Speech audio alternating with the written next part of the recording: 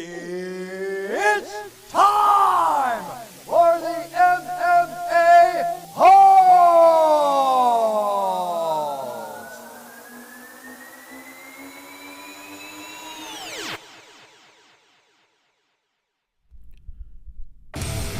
From the contest studios of Arizona,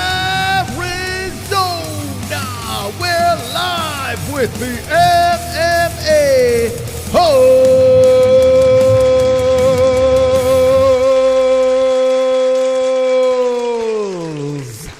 Wonderful. Welcome to the MMA Holes. My name is Mystic Moss, King of the Dragons. I'll be your host for the evening as we discuss the latest in combat sports news. Hit the like and shout out to our sponsors, MyBookie.ag. The promo code is MMAHOLES for a 10% match on your first deposit going over to MyBookie and win big. Check out Dubby, going over to Dubby's website or link in the description down below and get that 10% off Dubby Energy or Dubby Hydration with code MMAHOLES. The UFC is back this weekend. Ultimate Fighter, the Contenders Series is coming back around. If you want to watch all things UFC, click the link in the description and use our ESPN Plus link so we can get paid. How you doing, friends? Hopefully everyone is well. It's Monday. Wonderful. And we're wonderful over here as a video pops up on social media showing everyone that Conor McGregor is back training.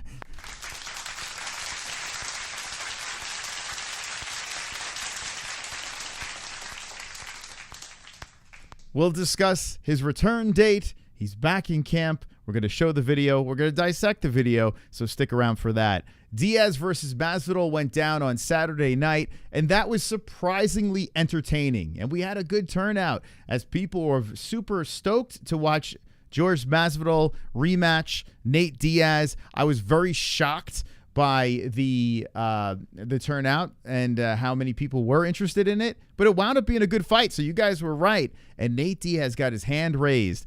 Jorge Masvidal, Jorge Masvidal, that everyone was yelling at me about, but I like calling him George.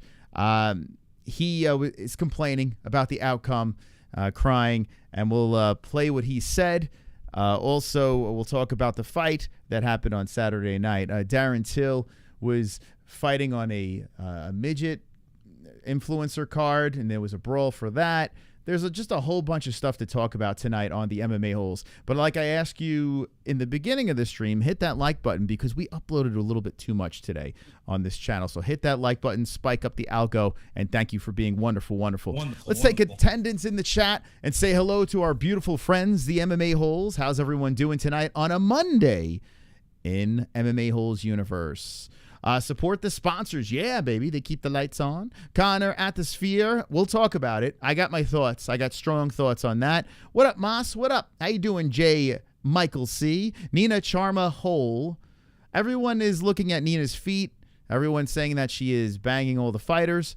And I don't care. McGregor versus Diaz 3 makes more sense for Conor, says Action Jackson. I agree. Moss, do you know the Fight Fairy channel? No. Let me know more. Let's get down to business. Conor training on chopping up cum. What? Conor training on chopping up cum and downing liquor. Is that what you're saying? Wonderful. Cheryl, I'm assuming you're not a female because a female probably wouldn't say anything like that. Oh, shit. I hit the wrong button. Oh, shit. Hold on. I hid you by accident. I don't want to hide you for that comment. That's crazy. I was going to go to your channel and see what you were about, but I hid you by accident. Oh, Cheryl. Hold on, let me show you guys. Look at this fucking channel. All right, hold on. Let me get to the. Let me show you guys what this channel's about. Here's Cheryl's channel. You know, the one that was talking about chopping up cum. So I would imagine that this is not the person that said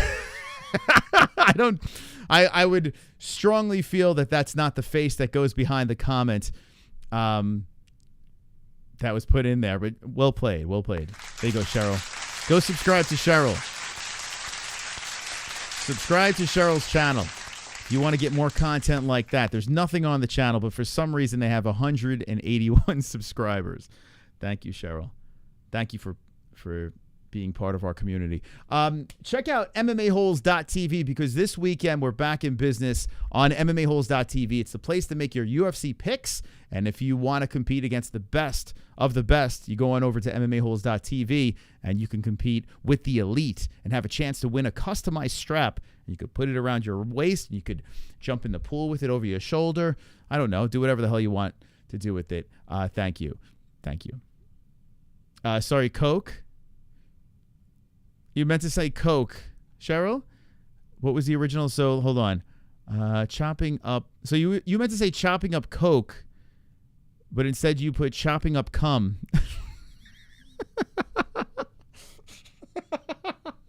That's even funnier. Thank you, Cheryl. Thank you for clearing that up.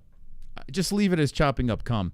I'm glad I didn't ban you because that would have been ridiculous. But anyway, let's start. Let's go through the news over here. So Nate Diaz gets the job done Saturday night, and I want to know in the chat what you thought about this fight that went down. Did you see it? Did you not see it? It was on DAZN. It was very easy to find if you couldn't pay for it. From what I heard, it was very easy to find on the interwebs. But it wound up being very entertaining. There were two fights on this card that were kind of hot dog shit. It was the Pettis fight against Nate Diaz's clone, that Avila kid that just, I mean, he just wants to be Nate Diaz in the worst way. And then the co-main event was horrific. But the main event between Nate and George was very entertaining. And it was a lot of George getting hit with a bunch of volume from Nate.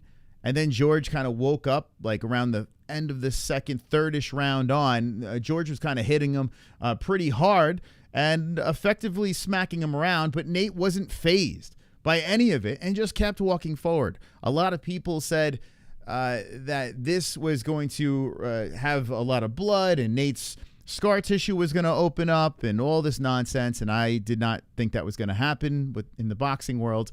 Maybe if there were elbows and, you know, ground and pound and MMA-style fighting, maybe. 4-ounce gloves, maybe. But in this situation, no, I didn't think that was going to happen. It didn't happen. Nate's face held up nicely. And he wound up getting his hand raised. The judges went in his direction, and I think they got it right. I mean, let's be honest. Like, George was hitting him hard, but it didn't seem like it was to the point where Nate was rattled or he was going to get dropped and taken, put out or anything like that. I mean, Masvidal had a couple of good rounds. That was about it. And Nate got his hand raised. I thought it was fair. I thought the outcome was absolutely on point. But George thought differently, and here's some clips over here of Nate kind of showboating out there. There was one incident where Nate showboated, and George popped him with a good one, but nothing ever. Nate never seemed like he was in trouble. Like this, typical, walks, turns his back, 1-2, smacks him right in the face. George had moments, but not enough to win the fight. And I want to know in the chat what you thought. Do you think Masvidal did enough to win that fight? Me, no.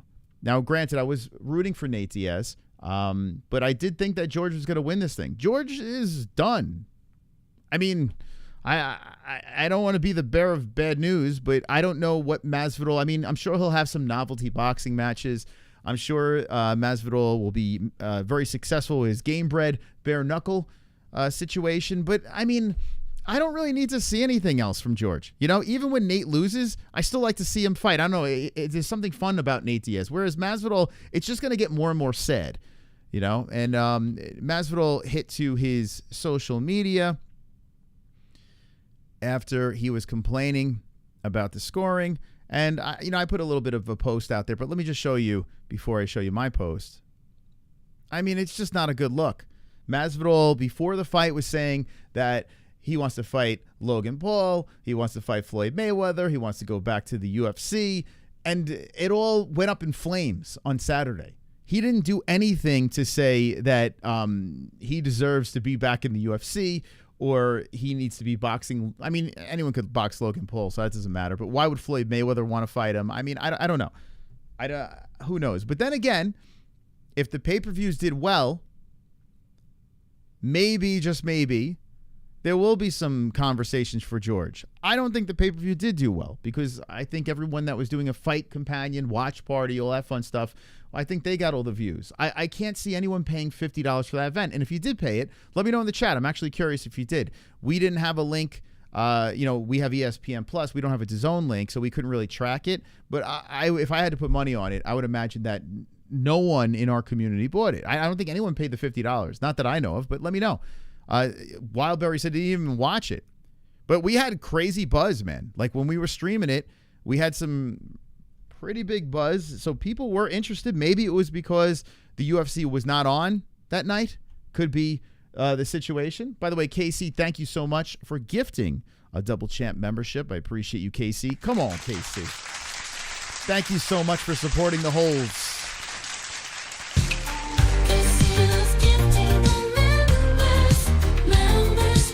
Get on your knees.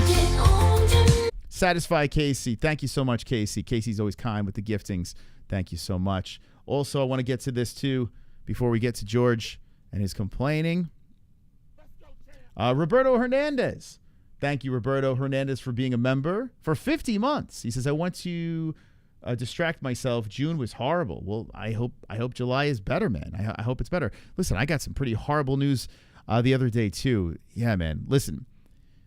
It's just, life throws curveballs, but the MMA-Holes get together, and we just forget about that nonsense. So, Hearns, I hope everything is better, and I hope you enjoyed the event. I hope you had a good time over there.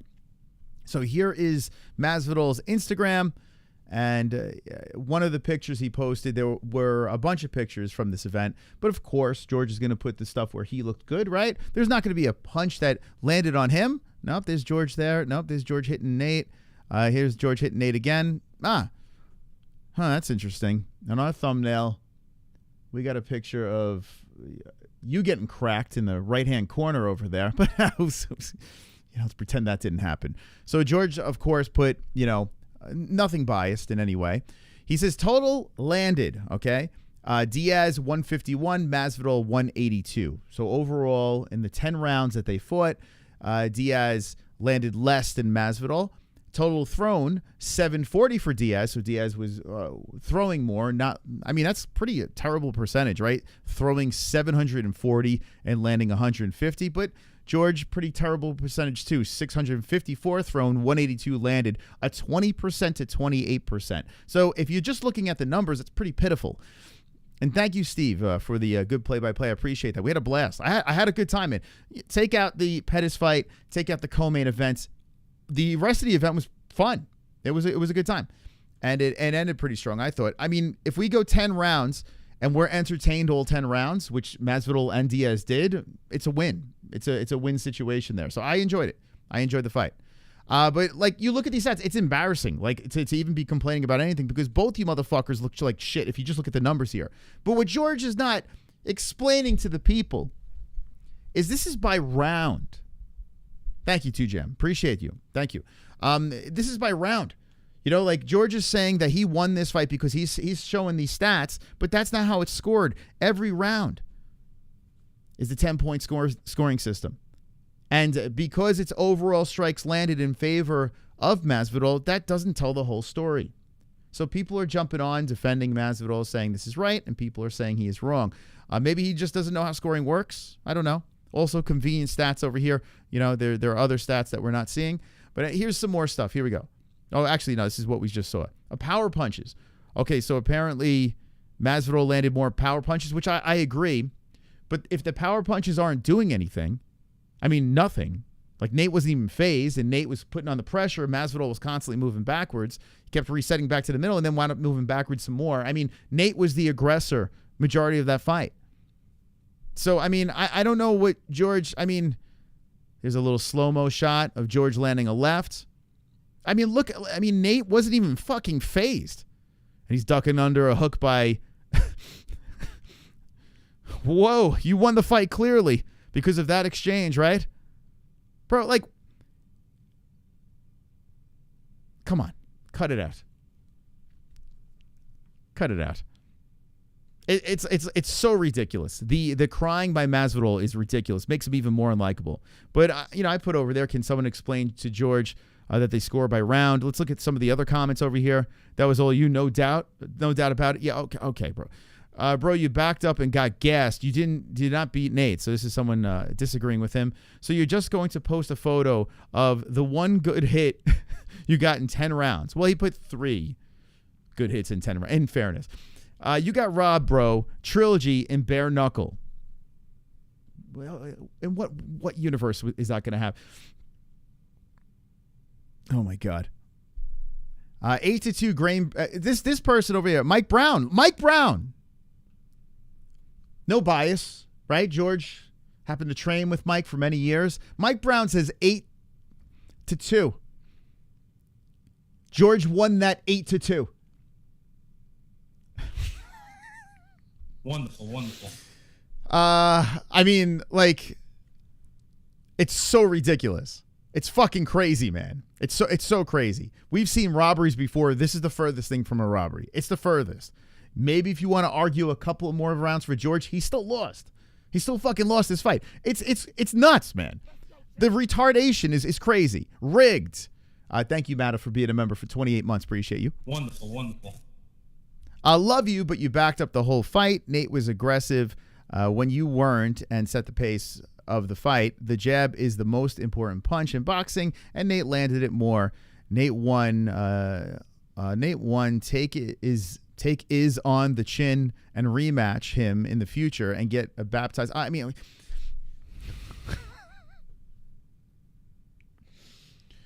you kind of get the idea. Now, let me know in the chat what you think. Maybe, am I off? I mean, Jessie had it more lopsided than me. The way she scored it was a little outrageous, but she really had a landslide for Diaz.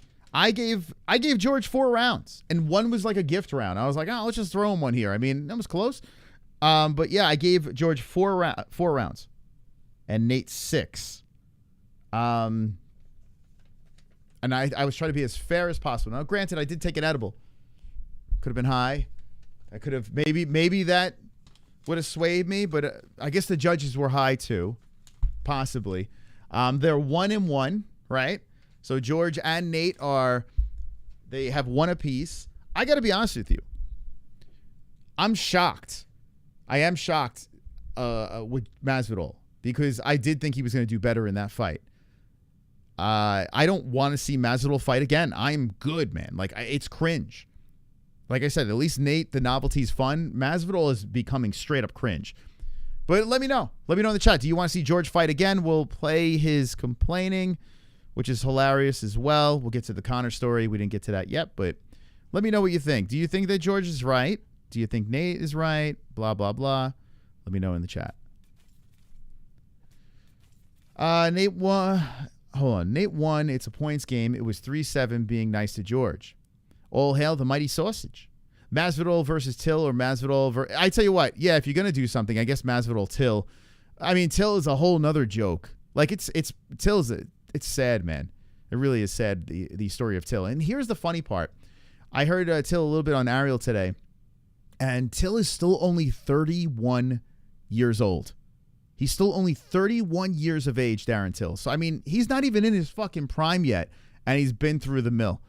So, hopefully Darren Till can pull it together in this boxing novelty shit and, do a Mike Perry situation. I don't think that's going to happen, though. Nate got wet noodle punches, though. He does. Yeah, Nate has zero pop in his punches. We said this before the fight. He punches and bunches. That's what he does. He just tries to beat you down with volume and, outpoint you or break you that way, right? Nate is trash is Mike Hunt. I mean, if Nate is trash, then what would you call George? What would you call if Nate is trash? Is he the sludge on the bottom of the trash can? Is that what he is? What's that called? My brother's in sanitation. I got to ask him that. George was mean-spirited to Colby. That was a terrible act. Well, I mean, yeah, that was just, sucker punching someone is the lowest of low. I think Till can't stay off the booze, and I don't even like Colby.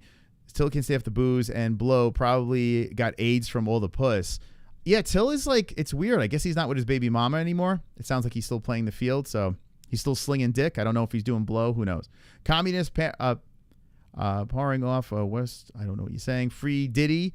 Nate uses 0 hips when he's throwing punches. Yeah, it's just bop, bop, bop, bop. It's just like he pitter-patter over and over and over again. Yeah, it is. It is kind of funny. Like if Nate didn't have the swag and all the other, the goofiness that he throws around his combinations and stuff, like it is ridiculous. Nate too, it is, but he's still Nate Diaz. He's got the swag, and that pitter patter beat Jorge Masvidal. So I mean, I don't know what to say about Masvidal. I mean, honestly, I think Jake Paul knocks Masvidal out. I mean, I'd be pretty confident if they were to ever fight, Jake would literally knock Masvidal out.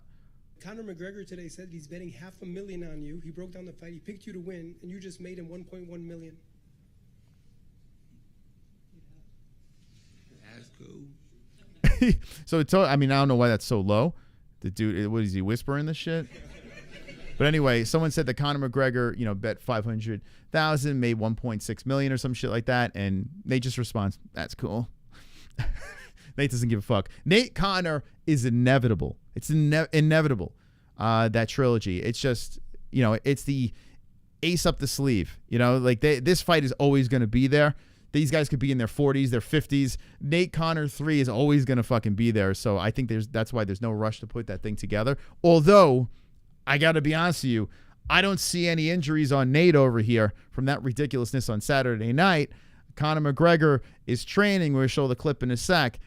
You got those guys headlining the Sphere. That would make sense, right? Mexican Independence Day. Conor's the face of Mexico. Wonderful, wonderful.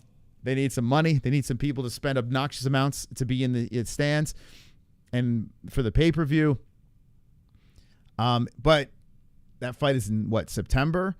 So, I mean, we're in July now. Still in the beginning of July. I mean, we're literally a month in between before the Sphere is here. So I don't know if they're going to be able to squeeze that in there that quick. So spoiler, before we even get a chance to see the Conor video, I have a feeling it's the extra event that they added. And the Sphere event won't be Conor McGregor headlining. But who knows? Hopefully I'm wrong about that. I thought it was going to be the Sphere with Conor, but times are ticking, So I don't know if that's quite going to be the thing over there. I want to get to George crying because that's kind of fun. So let's get to that. Masvidal.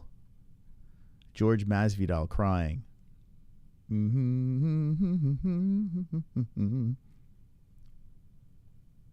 Let's see. Conor is washed. You want to wash Conor McGregor? Speaking of gay, did you guys see this? This is pretty funny. From 2012, someone dug up. Now, I don't know. It could be photoshopped. Could be. Someone dug up Payton Talbott, June 11th, 2012. Now, if you don't know who Payton Talbott is, he's that phenom at bantamweight. This guy is like the real deal. He's got that hole in the chest tattoo. He's phenomenal. He looks very good, and I think he will be fighting for a strap in the very near future. I think the UFC is going to move him up quickly. The dude is poised. He's calm. He's coolly collected. But in June of 2012, he was about 13 years of age. He posts this. The one thing I love in life is the thought of a huge throbbing African-American penis sliding in and out of my mouth easily with the help of sperm.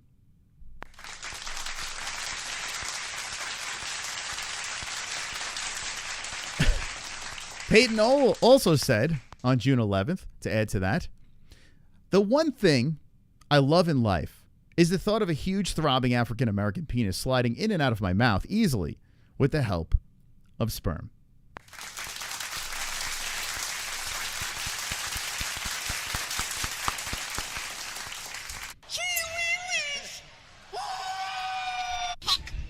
All right, I mean, listen.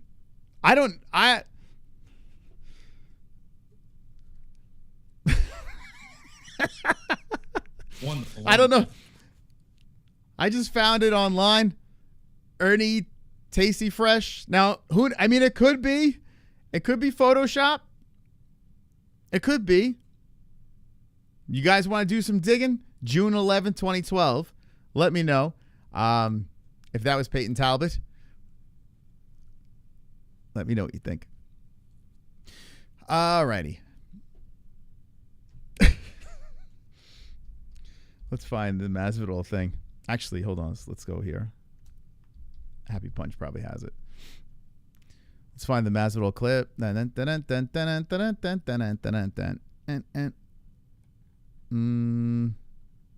Where you at? Where's that Masvidal clip? Did I post it on here? Let's see. I was like, what the fuck? Oh, by the way, we missed this. The night, Saturday night, I said, yo, you dance to the Light Goals song? This gentleman did.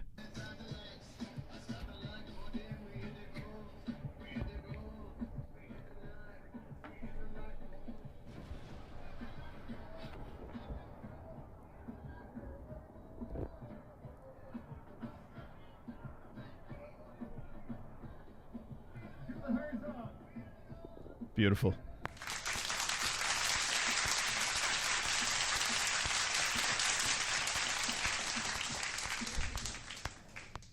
It's a real man right there. It's a real man dancing to the Light Goals song.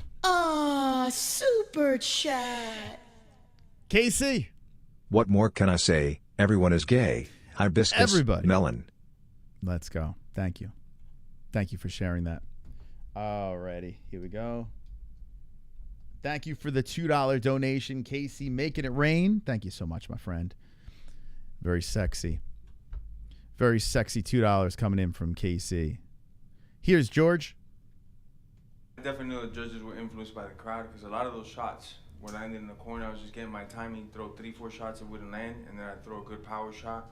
I'd see that I'd hurt him, I'd back him up, or he'd start goofing around, hurt him to the body numerous times, and I think 1 or 2 of the judges only gave me 2 rounds. It's just no way, you know. I definitely were looking at the fight right now in the locker room. The more meaningful shots and a lot more of the meaningful shots were landing on me. So I just feel that it didn't go my way, but whatever, man. We're 1-1. We could run it back in somewhere like Vegas, make it a neutral place, and let's fucking. Now we're good. You're one. We're good. I was entertained on Saturday. Don't need the trilogy. I don't know. The only time I would say you could do the trilogy is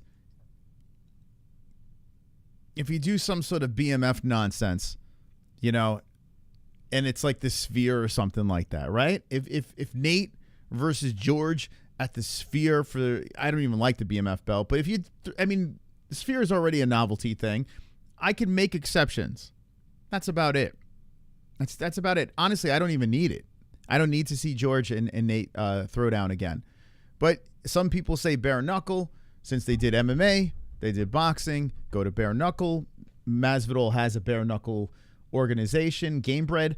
I just don't think he's got the cash to pay Nate. Nate made, what, $500,000 in this fight? I don't know if Gamebred's got the pockets to shell out big bucks like that for Nate again. I don't know. Maybe they do. Maybe they will have people to back that up, but that's the only way it goes to bare knuckle over there. But I'm kind of good, man. Like, I don't need to see George fight again. I honestly don't. I think if I'm Nate Diaz, I say, hey, I won the last one. I'm good. I'm going to move on. I'm going to go to bigger and better things. Why jeopardize that and fight George in an MMA situation or anything like that? I don't know. I don't think it's a smart move for Nate unless there's a lot of money involved. So let me know in the chat what you guys think. I think Nate is the A side. Nate got redemption. I don't think Nate deserves, George really deserves it, but they are 1-1. They got 1 win apiece. So let me know in the chat what you think. I knew he had sugar in the tank. Only if he fights Ben. Oh my God. I tell you what, Darren. Yes. The only way I want to see George fight again is a rematch against Ben Askren in MMA. Not boxing. George Ben in MMA. Because I am telling you right now, revenge will be had. Revenge will be had. Ben Askren will come off the couch and fucking destroy Masvidal. I'm telling you right now, there's no lucky-ass flying knee. Ben would literally grab him and ragdoll him and beat the shit out of him. George will never do that. But please, hey, I'll tell you what, I would respect George a lot more if he's like, you know what, fuck it, I'll run it back with Ben. I would actually respect that tremendously because that is massively dangerous. You don't want to lose to Ben Askren, the guy that just got, he got knocked out by Jake Paul. Never really panned out in the UFC. You already got that lucky knee, Oh, my God. He would stomp the dog shit out of George. Dude, it'd be so funny, man. But I don't think he would want that smoke. Let's listen to what else he has to say. But good call. Good call. We've spoken about that before. Whoever said that in the chat. Who was that? Was that Myers? Yeah, let's go Myers. Down, you know? 1-1, but you have so many different options, right? You have mixed martial arts, you have boxing, possibly something else. Do you know how you would want to do the rubber match with Nate Diaz? Where would you like to have it? Definitely boxing. I guess call me a sore loser, and I'd want to do boxing. And if he wants to do MMA after that, we could do it. But definitely want to do boxing. Wait, he wants to do the trilogy in boxing and then what? Them 4 fights? Like what the fuck? Over everything, you know. Do it again. You said you had a chance. Wait, what? Hold on, I didn't hear this part. How you would want to do the rubber match with Nate Diaz? Where would you like to have it? By the way, we're gonna get to the Conor video in a second. Talk about his return to the octagon, his training. Oh boy. Definitely boxing. I guess call me a sore loser, and I'd want to do boxing. And if he wants to do MMA after that, we could do it. But definitely want to do boxing over everything, you know. Do it again. You said you had a chance to kind of overlook the fight a little bit in the back. Was there anything that you?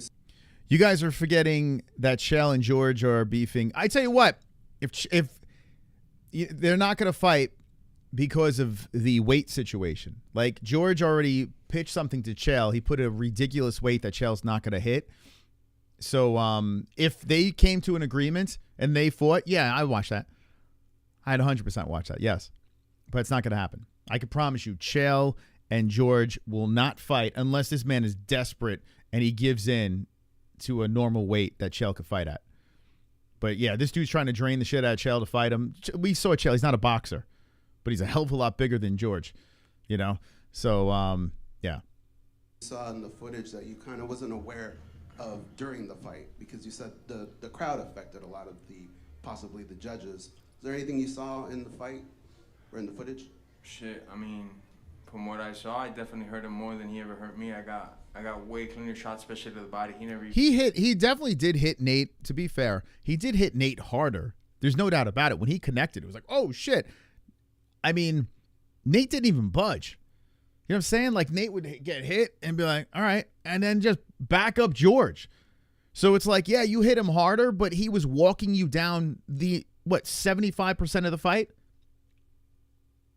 Right? I mean, he was literally just walking George down the whole time and pitter-pattering and you know, just outstriking him. I don't know. I mean, overall, it says on the stats that George outstruck Nate. Like I said, that's got to be lopsided. I would like to see per round. That's a stat. If anyone could pull that stat up and drop it in our DMs or on Discord, I would like to see that per round, how that works. But we can solve the puzzle right there. There clearly must have been a round where he outlanded Nate. Maybe 2 or 3 rounds he outlanded Nate. But I'm telling you, man, overall, Nate had that fight. Even did anything to my body, you know, I definitely hurt his body, and a couple of times that I hurt him, he backed up. He put a lot of pressure. He was coming forward, but he never hurt me. I don't think he landed any meaningful punches, you know. But in fairness, neither of you guys were hurt, right? 8 rounds to 2 is like fucking nuts, but whatever, bro, it's California, you know. I knew I had to get a knockout or... Well, why'd you sign the contract then? Or did you say, well, hey, if I lose, I could just blame it on California, right? Super chat. Maybe that was the plan. Tiger Prawn. Leon Edwards needs revenge too for the 3-piece. You know what? I mean, there was a time where I was with you on that, but Leon's the UFC champ, and Masvidal is a washed-up fighter that never won a belt, besides a BMF belt, if you count that, right? Thank you, Tiger Prawn, and thank you, Casey, for the donations. Appreciate you, too. All right, so let's move on from this, because it's just so much I can fucking talk about of this experience. But like I said before, I truly did enjoy Saturday night. It was fun. And if you missed our show, go run it back. It was an exciting, fun-filled night. Oh, we're back to being demonetized again. Ay, ay, ay. Something happened on the last Fuko Friday. I can't pinpoint what it was, but it just fucked everything up. Alrighty. Well, guys, hit the like button if you could do so. Appreciate that. Oh, we were on such a good roll, too. Getting monetized. And here we go. All right. Anyway, there you go. 3 in a row. Heave ho, 3 in a row. All right. Okay, so I spoke about goat milk, jump in our pick'em league for this event. UFC Rose Namajunas versus Tracy Cortez. Cortez made a statement that, hey, if she can get past Rose, she'll swing it back around, fight Alexa Grasso with the Sphere. Guys, the Sphere is what, in September? This is getting UFC 300 vibes. What is the card? Who's fighting? What's the main event? I mean, Grasso's on the card. Who the hell is she fighting? Shevchenko can't fight her. Who is fighting at the Sphere? A lot of this is happening in the UFC. They're announcing that they're going to be somewhere. And we don't know who's going to be on the card. It's fucking annoying. But that's the world. That's the world we live in as UFC fans. We just are in the dark. Buy tickets. Just trust us, bro. Let me cook. That's what Dana White's saying. Let me cook. All right. Where are you, championship rounds? You've been very glorious. Sean O'Malley, a bunch of stuff here. Let's back that ass up. All right. So, okay, so we got past that. Jerkis Duplessis, what is he saying over here? He's talking about Israel Adesanya. Personal biggest achievement was beating Alex Pereira. Seeing that Israel Adesanya, and he knows it and the world knows it, he has done great things in the sport. But when it comes to as big as he's going to get, he has been as big as he's going to get in the sport. When it comes to the title defenses, the winning streaks, that will never come again because he doesn't have the time. So I think his biggest achievement for him personally was beating Alex Pereira. Now he had this nemesis who's beaten him multiple times, and after that fight, he was ready to call it quits. That's what I saw in his eyes as well, trying to convince me, but more so trying to convince himself that he still wants to do this and that he still has what it takes to be. Man. I don't know what to say about DDP anymore. I was kind of on board. I am not anymore. I don't know. He's losing me. Here's Alex Pereira next to a big statue of him. Why so serious? Speaking a little English. I don't understand it. Oh my God, these bits. I'm officially at the age. We used to make bits back in the day. You look at our Instagram, you scroll back, you'll see the bits. Maybe we'll start making. Should we start making bits again? I don't know. It's so fucking corny. How about this fight being thrown out there? Official. Moicano, the money man, Moicano is fighting Benoit Saint Denis, and it's in Paris. And it's the main event. It's a 5-round fight over there, and this is kind of shocking to me. Not the actual fight, but what's shocking to me is that they're making this the main event. I mean, it's a banger fight, but this could be a nullification. This could be a lot of groundwork and maybe not quite the banger. You know, maybe they nullify each other and there's just a lot of grappling and a lot of battling for top position. I don't think that's going to be the case. I think it's going to be a fire fight. But this is your main event. Now, listen, of course, we're going to ride with the money man. You know, you come on the show, we're going to ride with you. Moicano I like a lot, and I like Saint Denis a lot. So I love this matchup. A lot at stake for both of these guys, and Moicano's got a big opportunity to make a statement, get on the mic in the main event in Paris, in hostile territory over here, and Saint Denis is looking to right the wrongs of the past. So I love this fight. Biasly, I'll pick Moicano, but I am not confident at all. Saint Denis is a scary motherfucker. But let me know early predictions in the chat. What do you think about this fight? Are you excited about it? Who you think's going to win it? Let me know, baby. As we got Civic Too Fast. By the way, we got a bunch of members yet on Saturday. We appreciate members are the lifeline of this community. We keep getting demonetized, so if you want to be a member, hit the join button, and you get all the perks. But Civic Too Fast, thank you for becoming a member, a double champion, friend. Thank you. Let it be known, I have a clear bias to the members in the chat. Thank you very much. All right, here we go. Let's see what else we got over here. In the news, we didn't get to the Conor video yet, but we will. Don't worry, guys. We'll get to it. You just hold tight. So much to get to over here.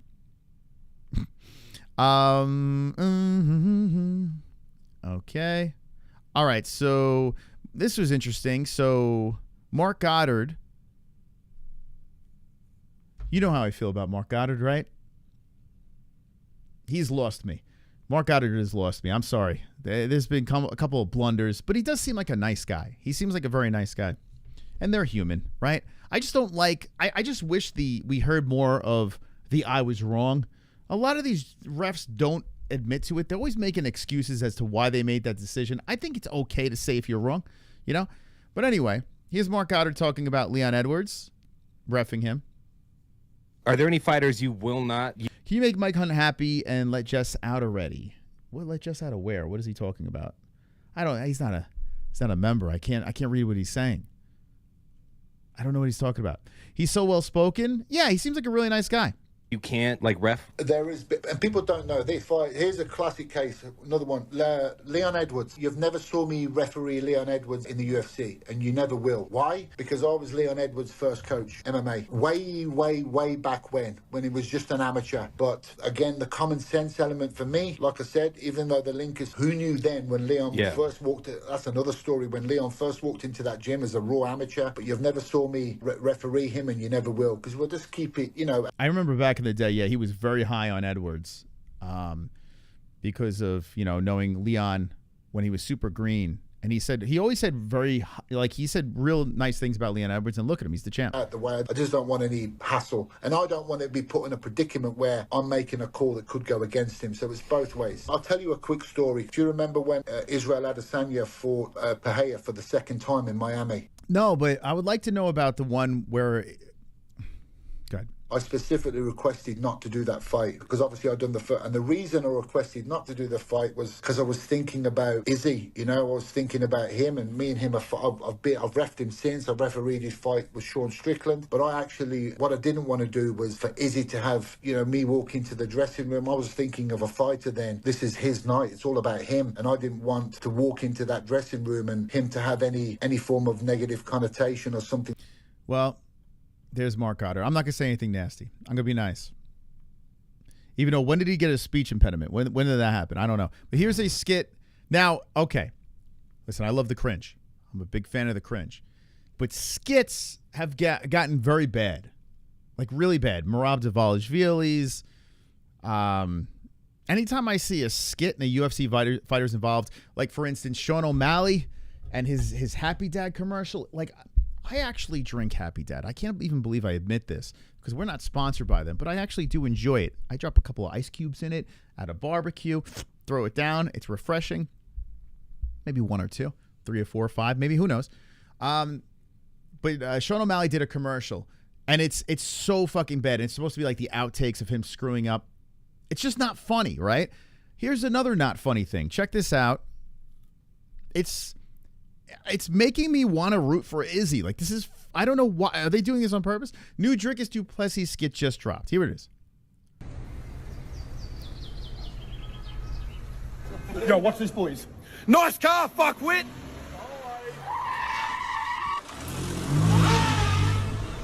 What the fuck are you gonna do? Come on, man. You fucking shitbox little car. Come on, man. Pussy, what are you gonna do? Huh? What'd you say, cunt? Drickus du Plessis! You looking to get choked up? Oh, no. I was actually just admiring your ride. I'm actually interested in getting one myself. You just fucking bitched that? Yeah, you just sucked him off, mate. No, I fucking didn't. Bro, if he got out of the car, I would have fucked him up. I want my money.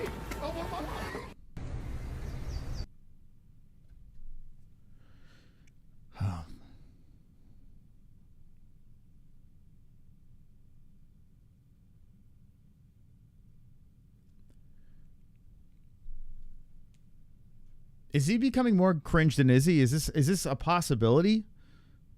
Did anyone laugh at that? Be honest. If you laughed at that, let me know. But what the fuck? What was that?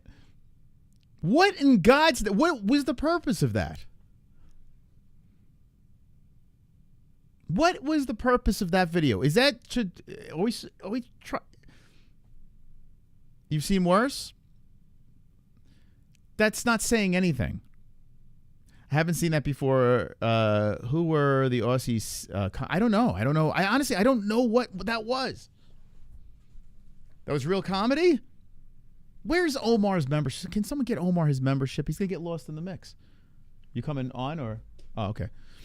Maybe cringe is the new funny shit. I don't fucking know, man. I don't know what's going on over here. Hey, Mike Hunt, check this out. Look what we got for you. Out of the basement.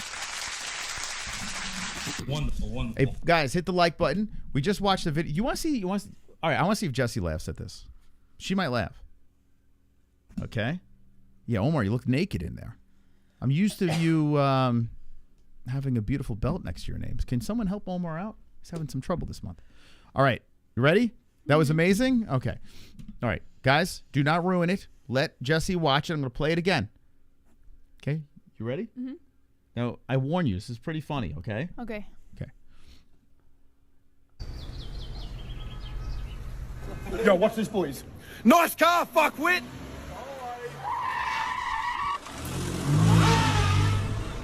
What the fuck are you gonna do? Come on, eh? What a fucking shitbox little car. Come on, eh? Pussy, what are you gonna do? Huh? What'd you say, cunt? Dragos Duplantis! You looking to get choked up? Oh, no. I was actually just admiring your ride. I'm actually interested in getting one myself. You just fucking bitched that. Yeah, you just sucked him off, mate. No, I fucking didn't. Bro, if he got out of the car, I would have fucked him up. I want my money.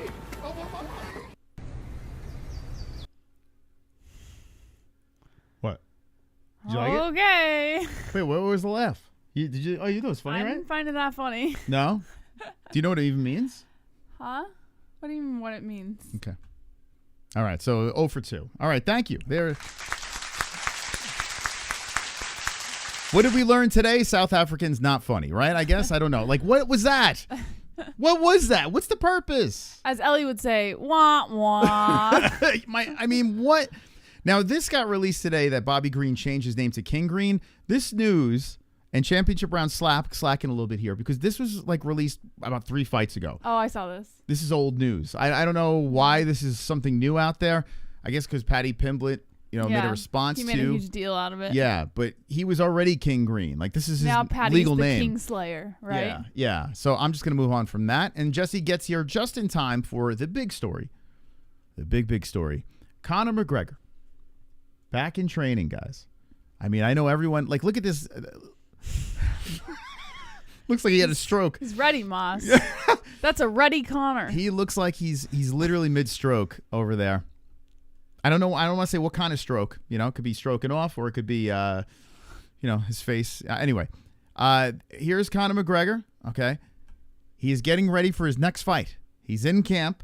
Check it out. But they don't see.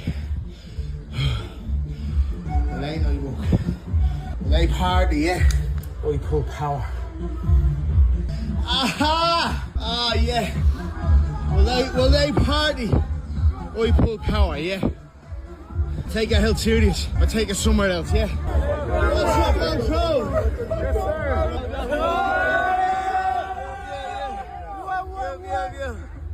Have a good night at the festival. Oh, you got work to do, yeah? Millions today alone. Parties out my back garden. And where am I? Still here, after hours. Nah. Second session of the day, Sunday night. The walk nut is not going to get done by itself.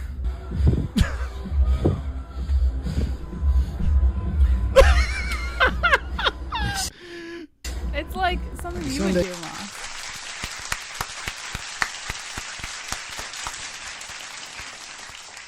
Like, that's like light years funnier than when I just saw it. I don't even know. Is this meant to be funny? I don't even know if is this meant to be funny? Like, is that him being serious? I can't even fucking tell anymore because it's hilarious, but I don't know. No, I think it's just Conor. Like, I think Conor's just like unapologetically Conor. Okay, yeah. He's a fucking weirdo. But that was way funnier than the DDP thing that I just saw. And this, I don't know.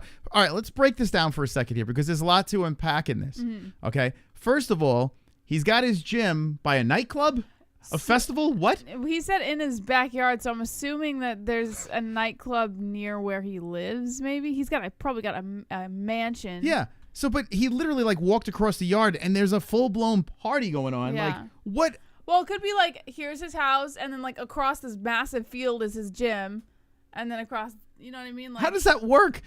It's got to be his club, right? It's got to be his club. I would assume, yeah. He's is probably the got Black something Forge to do Inn? with Like, it. where is this? Okay. So like in his gym, you could hear the music from the party. He doesn't even need his own music. He's just he can just listen to it from the nightclub. Yeah. Where is he? They party, yeah. This can't be home, right? I think he's in Italy. Yeah. So he's got to be somewhere else. He's got to be at a resort or something where they're having a party and there's a gym. Maybe Possible. Aha! Oh, yeah. Will they party? We pull power, yeah. Take a hill. Is that his yard? All right, so what do we see in this yard? We see There's like a little outhouse spike thing ball. right there. There's a little shit house over there. Yeah, where you could just, I don't know. We could find a whale, harpoon him, I think drag this him could out be to. his property. You think this is his home? I think it could be like a big, huge property that belongs to him. What's that spike ball game that they? Is that called spike Moss, ball? that's or? a trampoline. No, that's spike ball. You ever? That's the game where you spike it down. No, I don't know. It's the world's smallest trampoline if it's a trampoline. That's what it looks like. Serious. I take it somewhere else, yeah. Wait, what's up? What? What did he say? Wait, hold on a second. He said, "What's up?" Something. Serious. I take it somewhere else, yeah. Montreal? Do you know what that is? What's up, Montreal? Maybe he's trying to say Montreal. Montreal? It sounds like Montreal. Montreux? Oh, Montreux. What, is that someplace in Italy? Is that Montreux? Oh, here we go. Wait, yeah. Oh, hold on. He just doxed Montreux his- might be the name of the place. There it is. Yeah. Montreux Palace. Where so is it's probably that? a resort that he's staying at. Okay, so that's answered. So he is on vacation, and they're partying.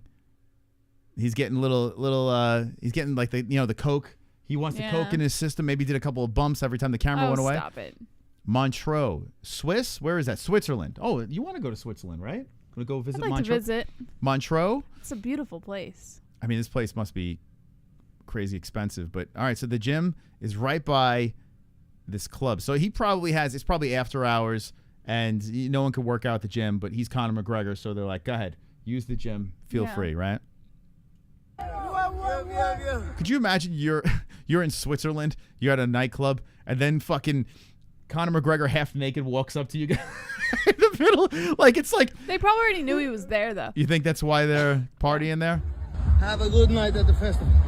Oh, you got work. So they're saying, I got work to do. Yeah, it does look like a hotel gym, you know? Like Yeah. So, okay. So now he's going back into his hotel gym. And today alone, parties out in my back garden. And where am I? Still here. After hours. After hours. Okay, so there we go. He's after hours at the gym, so it's shut down. It's just open for the Mac Daddy, right? He's in Switzerland. They're partying, but he's all business. And why is he all business, Jesse? I guess he's got a fight coming up. He's got a fight coming up, baby.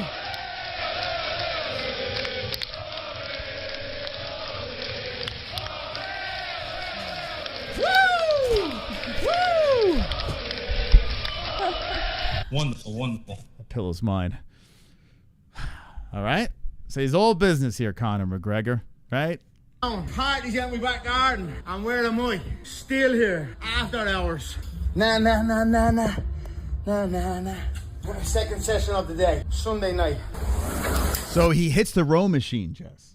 You love that. Hey, I got to say, the row machine's great for senior citizens. You know, like, I mean... Oh, jeez. I got to be honest with you. I hate the row machine. The row machine is the perfect full-body workout, but it's not like you're building muscle on it. It's a good cardio, but Maybe you get to, a like, full... tone your body, yeah. but not If to... you're, like, a senior citizen like myself, you know, approaching the AARP, Social Security, you hop on the row machine. Because I look at these guys at the gym over here in AZ, and they're dinosaurs, but they're on that row machine, and they're in phenomenal shape. He's on the row machine over here, okay? He's like what Kevin Spacey in House of Cards. He loved that row machine. You know, crazy people love that row machine. But I got to say this. It's a great workout. I don't know if it's training camp workout. Maybe it is. I don't know. Hey! You ever you've done the row machine or Yeah, not? but I have done it, but I don't like it. It's pretty brutal. I hate it. It's good for your legs, I did your it upper body. when we used to go to LA Fitness all the time. That's when my first experience with the row machine, and I was like, fuck this. Yeah, I don't know. If anyone's in the Never training again. camp right now, let me know. Do you guys use the row machine? But here he is. You would think a lot of things. The one good thing is the toe must be fine, Jess. Right? Completely healthy. The walking out. You know, I'm going to start. Now, I'm not the only one that does this, Jess. Listen. Second session of the day. Sunday night. Ready? Hey! Like, I've never heard anyone on a row machine before. But I kind of grunt at the gym. I was going to just say, heard it's me. no different than you. You make the weirdest fucking noises when you Maybe. work out. Today I was making noises at the gym. I actually was. And let me explain why I do this. And it's like, bro, everyone's looking at you, dude. Let me explain I think he why. likes the attention. No, it's not the attention. So Everyone stares when at I him was when he does younger, I made the mistake of holding my breath when I work out. But you don't right? have to go, Well, now it's a whole different story. Hey! No, I threw the nose out the mouth. It's very important. It's very important to breathe. You watch these young kids, they're fucking hit these big weights and shit like that. And they're I fucking agree that it is they're not even important to breathing. They're breathe. like, their Yes, fucking faces but purple. Moss, you can't do this. Me? Hey! Him is. I'm like, I suck so much air through these nostrils, these big ass nostrils that I have over here, that sometimes people get caught in there. I'm shocked that people don't get caught. Sometimes in there. when I pull back on the row machine, I pull back. Sometimes my hand goes into my fucking nostril, like wrist, gone, just gone in my nostril. I suck so hard through that nose. Out through the mouth. They're breathing my stank breath. It is what it is. It's Today, pretty awful. Today I was love thinking about you, that. And it's hot that you work out, but the breathing is an issue. It's so important. But today I was thinking about it. I was like, I think everyone in the gym's smelling my breath right now. So I'm breathing, seeing if I can get my breath. Fuck smelling your breath. They're staring at you like some fucking weirdo, Moss. Other people do it though. But I'm not the only one. I remember when we used before kids, when we used to go work out together all the time, and people would Hey! stare at you because you breathe like that, and they were like, "What the fuck is going on over there?" Like, there's always that look. There are people at the gym that are like, ah! That's you. I'm not doing That's that. you. I just in the nose, out the mouth. Really? Try it out. You know, I do that. I do a little. No. So maybe, just maybe this is why I gravitate towards Conor McGregor, because we both at the machines. I don't know. Listen. No, I've never heard that at the row machine. I've never heard it. Never heard the at the row machine. I've never first for everything, right? Yeah, Moss, do you sing Daddy Dana on the row machine? Super yeah. Daddy Dana. All the time. Pillow giveaway after Conor fights at Sphere. I tell you what, if it doesn't hit on Fuko Friday, Which it probably never will. Yeah, it probably won't. I hope it doesn't, to be honest, because I would like to give it away on a Conor night. Like, I think that'd be fantastic. I think it'd be phenomenal. Let me just say this. To be submitted for anything that we're going to do outside of Fuko Friday, when we're doing prizes, one of the things that we need you guys to do is just sign up for Goat Milk. It's completely free. That's going to be every contest that we do from this point forward. You just need to be part of Goat Milk. All right. We have almost 300 members on Goat Milk. It's completely free. You get your Pick'em League, the whole deal. We got updates that are coming very, very soon with a live chat and all this other stuff as well. This is going to be the place for the community to hang out. And there's so many members, 12 pages, almost 300 people in here. So go over to MMAHoles.tv and go member up and get your picks in for this weekend. So you'll have a chance to win some of our future prizes. Okay. Maybe you'll get the pillow. Maybe. Just maybe. All right, so let's dissect the rest of this thing and move on. No, it's not going to get done by itself. It's not going to get done by itself. It's so true. I say this at the gym as well, you know? I'm sure you do. It's not going to get done by itself. Do you notice the little, pant tug right before he walks up to the mirror to make sure that he's showing off the... Let's see, what was he showing off? The waistline of his underwear. Wait, he pulled it down? Yeah, hold on. look. Is that what he did? Yeah. Yeah. Make sure I show off my Calvin Kleins, right? What does he have here? What kind of underwear? Yeah, it's Calvin Klein. I knew it. I guess he didn't realize that he had got that on camera. He's channeling his inner Marky Mark. That's what he's trying to do. He's in the Funky Bunch. Yeah, why is he doing that? Why is he pulling down his fucking pants? See it.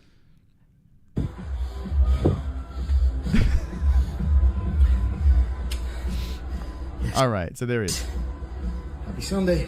Happy Sunday. He's looking slim, right? Not really. He don't look like he's in shape, but he doesn't look pretty bulked up. He don't look like Roadhouse Conor. He doesn't look like roided up that's Conor. Roided Conor. He looks pretty slimmed down. So, listen. Now we have to talk about the theories, okay, on what Conor McGregor. Like, I was thinking Sphere, as soon as he was injured or as soon as there was a dilemma, immediately I was saying Sphere. I was like, that makes all the sense in the world. And it's still in the back of my head. The reason why I'm saying that's not going to happen, it's literally right around the corner. It's September. Like, we're right there.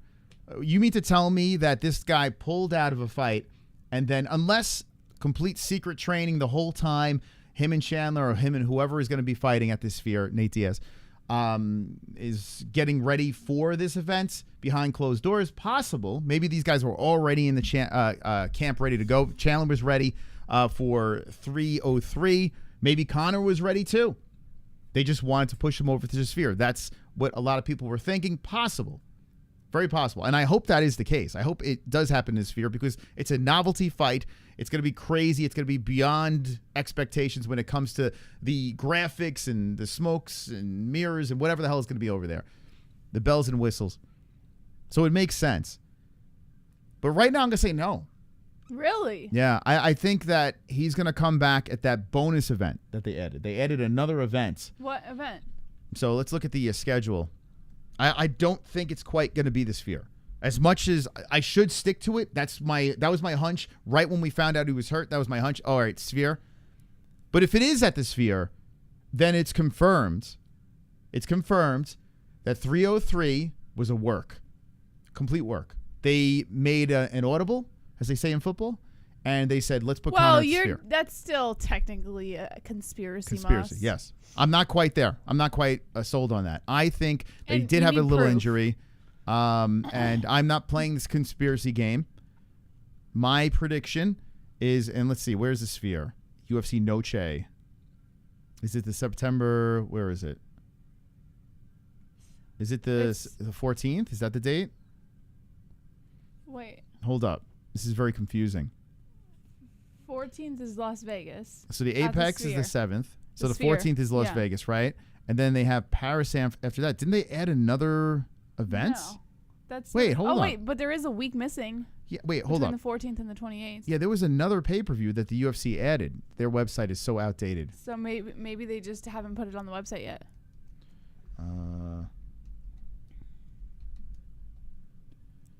What? Hold on. You Future? It wasn't supposed to be you. Oh. I'm curious now. Here we go. Just put September pay-per-views for UFC. ESPN. Here, we'll go to ESPN. Let's see if this has it. Here we go. Scheduled events. Noche is the 14th, 17th. There we go, 17th. Okay. Oh, wait, no, that's the Contender Series. So 24th. Noche is the 14th. No, so there's no card. So they didn't add another. I thought they added another pay-per-view. No, not between the 14th and the 28th. Let's figure this out. So 305 is August 17th. Okay, that's Duplessis versus Adesanya. What is 306 then? And where's 307? 306 and 307, there's no dates for. So Noche is probably the 306 because September 14th is the Sphere. They took 306 away from it. It's just UFC Noche. Right, so but that's probably the 306 pay-per-view. No, they said it's not going to be numbered. Calling it the 306 No, they said it's not going to be numbered. They're going to add, I think they're adding 306 as a different date. So then it would have to be the week between the 14th and the 28th. It's not listed. Wow, look at this. Because 308 is on October 26th. Let me put this in. UFC. So, yeah, Noche was supposed to be UFC 306, and then they changed it because Saudi Arabia got involved. And they're like a big sponsor, and it just became UFC Noche, right? So then maybe it's still technically marked as 306, but they're just not calling it 306. See, here it says the Sphere. What the fuck? Did you just hear what I'm saying? Maybe it's still 306, but they're just not going to market it as 306. Maybe. I don't know. So maybe they don't even know what the fuck's going on here. Noche UFC Live. Yeah, they released a thing saying that it's not UFC 306. UFC 306, Noche UFC. Okay, right here we there. go. Topology. Yeah, it says on the Sphere. Yeah. So, wait, what the fuck? So Noche is 306, but they're not going to market it as 306. So 307 has got to be the 28th. It's so weird because we just did a story that UFC Noche was not UFC 306. Like, we literally just covered that. Well, it's not the truth. And now it's like everything's in limbo. They're calling it Noche UFC 306. You know what probably is? Yeah, they probably want to get these cards together before they solidify it. So 308 is October 26th. So that means 307 has got to be right. Well, Fight Night Paris is September 28th. What are they going to cram up? So, yeah, they're going to cram 307 into the beginning of October. So they're going to have 2 pay-per-views in October. They've never done that That's before. the only way they can do it. Because, look, 14th is 306. Oh my God. And then the 28th, unless they literally do 306 and then 307 the next week, which I don't see them doing. Yeah, like 306 and 307 is missing. Now, if we want to say Noche is 306, then where the hell is 307? 307 would have to be in the beginning of October. Oh my God, dude. Yo, that's so weird. That's such a weird thing. And I think all the confusion is most likely because of this guy. I have a feeling they're trying to lock something up. So 307's in limbo. 306 could be Noche. It is Noche. 306 is Noche. 307 will be in the beginning of October, and 308 will be in the end of October. October 26th. I wish I could find that story. Here, UFC 306 will be rebranded. Here we go. That's what I just said. They're not going to market it as 306. Hold on. UFC 306 will be rebranded to Riyadh Season Noche. UFC and take place September 14th at the Sphere. UFC announced on Wednesday. Yeah. So it's still technically 306, but they're not marketing it as 306. So they're going to skip a 306 and just name this Noche and then go 307? This is technically 306, but they're not going to market it that way. They're going to market it as Noche. So weird. Right? And then they'll do 307 in the beginning of October. Yeah. Yeah, it seems like that's the case. Wow. Okay. And we don't even know who's going to be on that card. They were flirting with O'Malley. You know what I got to say? You want to hear a prediction? And this might be completely out of left field. I don't know what kind of contract Ryan Garcia has going on here, but he's kicked out of boxing. And isn't he Mexican, Jesse? Who, O'Malley? Ryan Garcia. Oh, Ryan Garcia. No, O'Malley's Mexican too, right? Ryan Garcia, yeah. Right? Ryan Garcia is Mexican. And he's training. Well, if you want to call this training. Check this out. Coaching? Check this out. Don't be surprised if this motherfucker, they put him in the Sphere.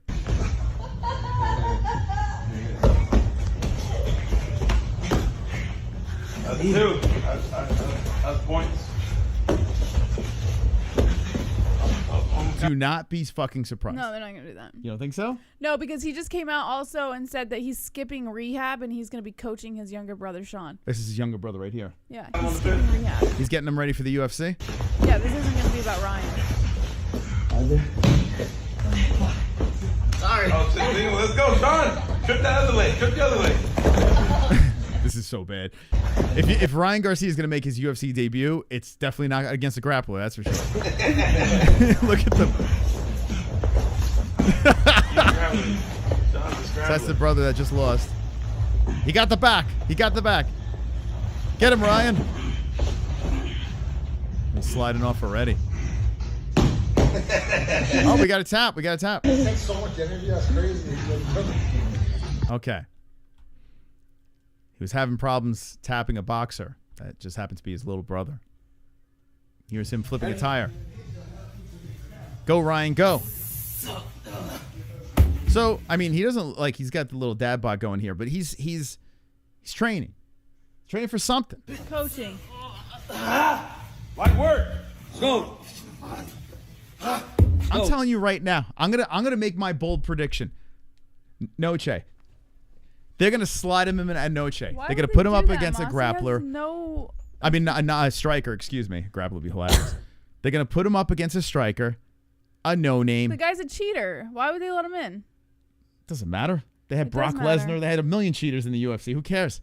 The UFC don't give a fuck. I don't give a fuck. Bring him into the UFC. I don't think that would be a good look for the UFC. The problem is the testing pool. I don't know how that works, but they did look the other way for Jose Aldo, right?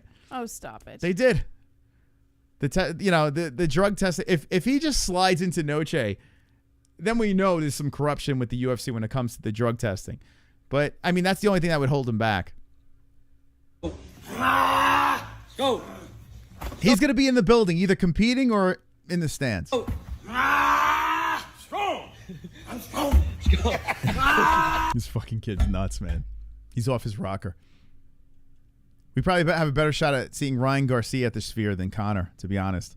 The only way you see Conor in there is if, like I said, he was training the whole time, behind the scenes for this event. So we'll see. We're going to find out very soon. The mystery will be solved. But let me know in the chat what you guys think. All right, what do you say right now? Conor McGregor, is he headlining the Sphere? Yeah. You say yes? I say yes. I'm going to say no. But I do think he will fight around that time. I do. But let me know in the chat what you guys think. Jesse says yes. I say no. Sleeper says, does Saudi Prince is going to have to put up the bag for Ryan Garcia because Dana White will not? Sleeper says, I say no. Jeremy Beers says no. 206 Stoner says, hope Conor doesn't get KO'd in the first round. Justin Eisenhart says, it's Conor to break even. Yes. Scott Kelly says, no, he's not. Sleeper says, but I would not be surprised. Sean Hart says, no. Legacy says, what does he say? Ilya Max Spear? Negative. I tell you, Ilya Max is an option. It does seem like an option. I freaking can't stand Topuria. I got to be honest with you, man. I hope Max sleeps him. Conor can't commit, says K-Dog. Kevin from Chicago says he made $20 million against Haney. Omar says no, he will be busy snorting that day. Elemental Dimension says, I was at an epic party at Conor's house and a bunch of dudes would go into the bathroom at once and do roids. A wild party. Oh, I'm sure that sounds like a great time. 206 says Alex has a better chance than Conor. Thank you, Juice Gyms. Yeehaw. MMA-Holes, baby. 4 months as a member. Thank you. Thank you, my member friends. Wonderful. Okay, let's move on to some other news. There's so much to talk about. Here's Alex Pereira again. Hold on a second here. It's a bit. I mean, do you like skits, Jess? Are you into skits? We used to do skits. I know, we did. We stopped. You know, ours we were stopped. funnier, though. Yeah, I don't know. I'm the one fighting for the title next. The rest of us, I don't know. Tsarukyan and Topuria. Can we get rid of both of those guys? Is there a way? Yeah, I'm not like high on either guy. So. If you're a Tsarukyan Topuria fan, let me know in the chat. But me personally, I'm good if they just left. Can we trade boxing and just give them to like another combat sport and take Ryan Garcia? I'll take that. But I'm like, these guys are annoying. But he says, I'm the one to fight for the title next. The rest of you can take a seat and new. He's very talented, but fucking hell. I mean, these guys are so annoying. Usman. Kamaru Usman. What has he got to say over here? Does not believe Nate Diaz is a world-class fighter anymore. Okay. I agree. I mean, who would disagree with that? Who's arguing that he is? Yeah, world-class fighter? Come on, that's absurd. So are you saying? Yeah, what's up with the likes? Do we have any likes over here? Listen, we posted, I think, a little too many short activity today. So, guys, hit that like button if you haven't done so, please. And be wonderful, wonderful. We also got demonetized as well, those bastards. Man. Yeah, because I don't know what the fuck happened on Fuko Friday. I gotta go watch that Fuko Friday and figure out what we did wrong. Nate Diaz ain't a world-class fighter? No. That's what you're saying? Yes, that's what I'm saying. No. He was. He was. And was Nate Diaz ever a world-class fighter? Well, I think people argued because they loved him, but at this point in his career, I don't think anyone's arguing he's a world-class fighter. I think that's a little silly. I mean, who would you consider a world-class? Like, I would say Nate Diaz was a prize fighter. You know? No, he wasn't that. It wasn't prize that fighter. Extreme on the other side. It's not an insult. I think that's badass. I think in Nate Diaz's prime, like in the prime of his career, I wouldn't say world class, but I'm not going to say he was a prize fighter. I mean, the guy fought Conor. He had like a whole freaking saga going on for him. So that's not what a prize fighter would have. Yeah, listen, and I like Nate a lot. He was elite in his own right. When I think elite fighters, I think like guys that are like untouchable up top, you know, yeah, champions. I would say he was elite in the Diaz form. He's a prize fighter. Like, he's a novelty, fun prize fighter. He's good. He had a whole friggin' saga in his career. That's not a prize fighter. Doesn't have that. How many championships does he have? Like, I mean, you know what I'm saying? Like, elite? No, he's not a prize. No, I don't think he's elite, but I don't think that he's a prize fider. He's not even a gatekeeper. I think he's Nate Diaz elite. That's what I think he is. Like, there's elite, and then there's Nate Diaz elite. So prize fighter. That's what he is. I mean, I don't know. You can't put him. Listen, he is a fan favorite. I'm a fan of Nate Diaz. You know, I mean, I'll watch this guy fight until he could fight as many times as you want. I always watch. I like watching Nate fight. But elite, I mean, I don't think he ever was. So it's not quite an insult. What he's saying. Don't get me wrong. And don't get me wrong. Shout out to Nate Diaz. Nate Diaz is still, you know, he can still. One of the greatest things that Nate Diaz has ever done. This is probably the most cringe conversation between these two. Yeah, I know. But it's an interesting conversation to be had.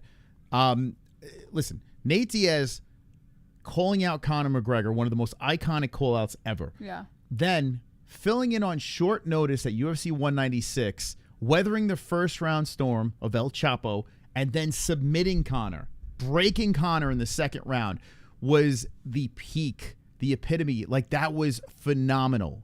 A phenomenal moment for Nate Diaz. That will always be there for Nate Diaz. And even in the rematch, some could argue that he won that rematch against Conor, right? So right there, what he did, he called him out and he finished him, was one of the greatest things ever that Nate did. You know what I'm saying? So, like, it speaks for itself. But was he a champion? He beat a former champion. You know, like, he's beaten champions before. It's, you know, he's Nate, though. He's a gangster. He's Nate elite. Yeah, he's just a gangster, man. That's what he is. He's a gangster. Sausage, sausage, sausage, F you don't block my sausage. Burn. Sausage, sausage, D-West. Touch my sausage. Let's at go. The house of waiter schnitzel while he cook the sausage. Sausage, sausage, sausage, hands on my sausage. Let's now go. I understand why Dana White said nobody will pay for other dates. Noche is one and done. Saudi Arabia money on Mexican Independence Day weekend. He didn't mean fans. He meant sponsors. Yeah, I agree. Yo, I got to say this. Listen, I'm a big UFC guy. I don't always defend the UFC, but in most combat sports, I'm always team UFC. I'm team Dana White, Daddy Dana, you know? Daddy Dana. But I will say this, and thank you very much, Hearns, for the donation. Appreciate you, man. It seems like a clusterfuck, the UFC these days. Like, it really is. Well, you know what? Like, I think it seems really bad. I don't think it's like a clusterfuck, but I do think they're kind of hanging on by a thread ever since they got new owners and everything. I really and also the sponsor buyouts now compared to the sponsors that they had in the beginning when they were allowing fighters to run around with sponsors on their shorts and, you know, all that stuff.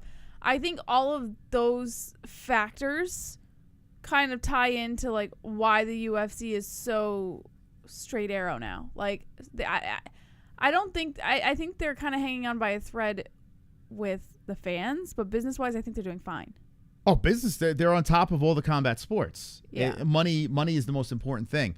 The problem is the empty promises that we're getting from Dana. That's what I'm saying. They're hanging by a UFC thread 300, with the fans. empty promises. They promised one thing, we got another. It was a good event. 300 was a banger, but thank God for Alex Pereira, you know. Then they blew their load with 300, and they patted themselves on the back, and then 303 comes around, the Conor McGregor thing falls out, and there's no backup plan. Here comes Alex Pereira again to try to save a card. It was a terrible card. Alex Pereira is a G. He's a savage.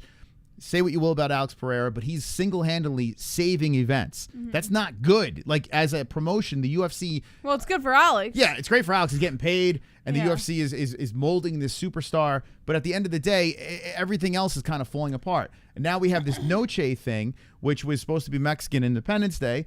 And the Saudis, I mean, listen, they're paying big bucks, but, I mean, their fucking thing is slapped in the front. As a business owner, you can understand why Dana's always going to choose the biggest paying opportunity. It's not like he's intentionally doing this to people. It's just money talks. You know? Yeah. Well, that's what happened. The money took over, and the UFC as a product has declined. And I hate that I'm saying this, but when you're and the way they're promising the Sphere, I would love to be in attendance for the Sphere because it seems like it's going to be the greatest thing ever when it comes to the visuals. It's going to be phenomenal to be in that building and watch everything go on. You know, if the fighters are on the screen in the background while they're fighting, like that's really nuts. And all these fighters want to be on that card. So I still have high hopes for the Sphere, but there's no card.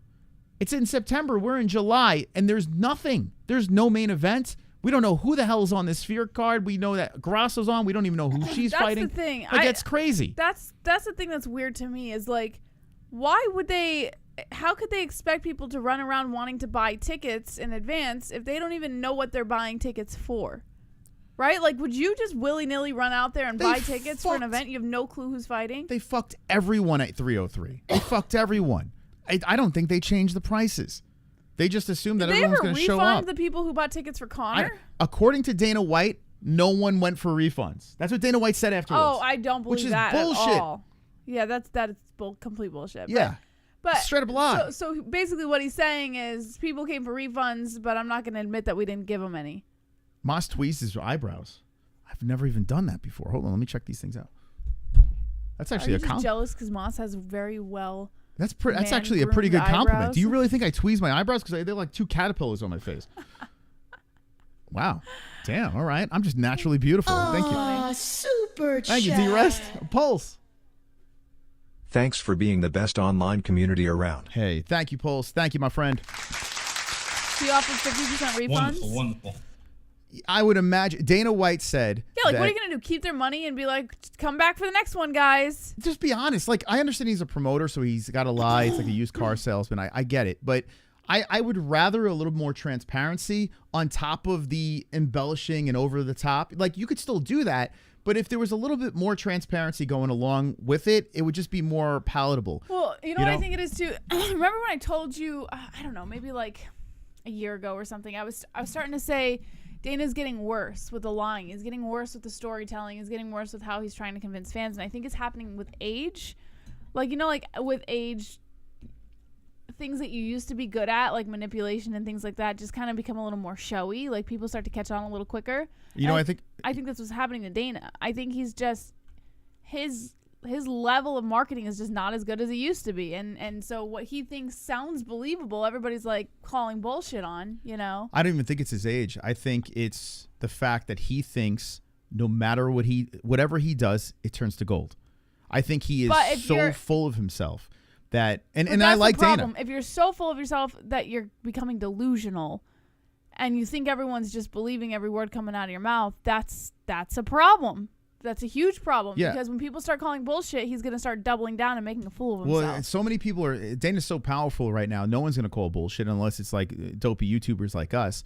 And then Dana gives us a platform because we're calling bullshit on that. He won't do it to the MMA-Holes, but regardless, that's a story for another time. But listen, everyone's scared of him. Yeah, he's the media is scared of him. That's why the questions are controlled. And if they do slip a question by, they just magically disappear. So, I mean, it's a very controlled product. I still enjoy the product. I'm not hating on the product, but what I'm saying is when COVID was around, whatever the hell COVID was, the UFC was like Mecca. It was phenomenal. Like, it was great. Even the fight nights were bangers. Like, it was incredible.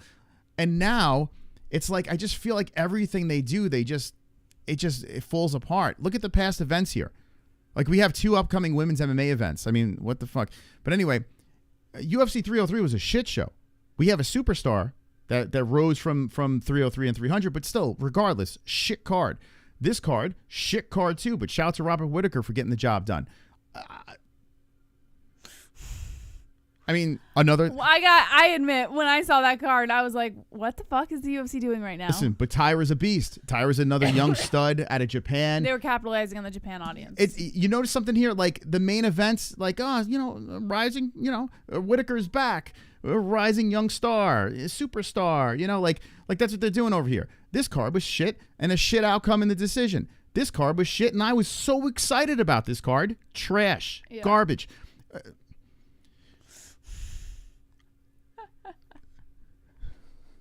You see what I'm saying? I mean, do we need to load more?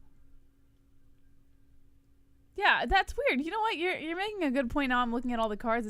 What is happening? Craziness. Now, the one crazy thing that we did throw out there, ever since they released the new gloves, every main event from this one on resulted in a finish. MMA-Holes stat right there for you. But still, it doesn't mean the card was any good. Ever since 300... okay, which was a card where they stacked up so much, but things started falling apart, a lot of moving parts, was a very stacked, entertaining card. It was. This was the last good card here. But still, this card still wound up felt like a really good pay-per-view. I disagree. You know what I'm saying? I thought 300 was really... I thoroughly enjoyed 300. Did it feel mind-blowing? I wasn't disappointed. No, I wasn't disappointed. Don't get me wrong. It was exactly what I expected. It didn't feel like a normal pay-per-view. It was very good. It felt very exciting. But did it blow your mind? I can't say it blew my mind, but it was more exciting than a standard pay-per-view. Yes. It was a very good pay-per-view. Yes, I will say that. But the result was it worth all this? No. Like, was it worth that? Up until Pereira Yuri. Now, Jamie says 300 is mind-blowing, but in fairness, Jamie, let me just say this. You're a newer fan, right? You weren't around for UFC 217 or any of these other banger cards that they threw out there. And not to shit on 300, it was a very good card. I'm not saying it was a bad card, but it wasn't what they promised us.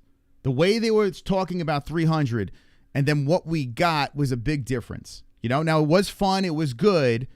But I mean, you know, and I think a lot of the newer fans probably saw this thing and were like, you know what? That was phenomenal. It's mind-blowing. Hey, were you guys around? I mean, when we were doing this for 8 years, there were a lot of mind-blowing cards and a lot of trash cards too. You know, this thing, I tell you what, I would take 217 over this card a million times over. UFC 217 had 3 title fights and all belts. Oh, that was a banger. Went the other direction. Top to bottom was a banger card, and all the belts went and new. And it was GSP's retirement fight. It just had juice, man. It was at Madison Square Garden. It's because they promised us something and they delivered. 300, they were promising us all this stuff, and we got half of what they were promising. Okay?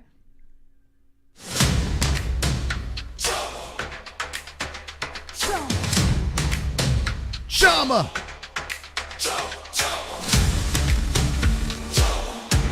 The only good thing coming out of the UFC these days. Chama! Dead stone face with an invisible bow and arrow.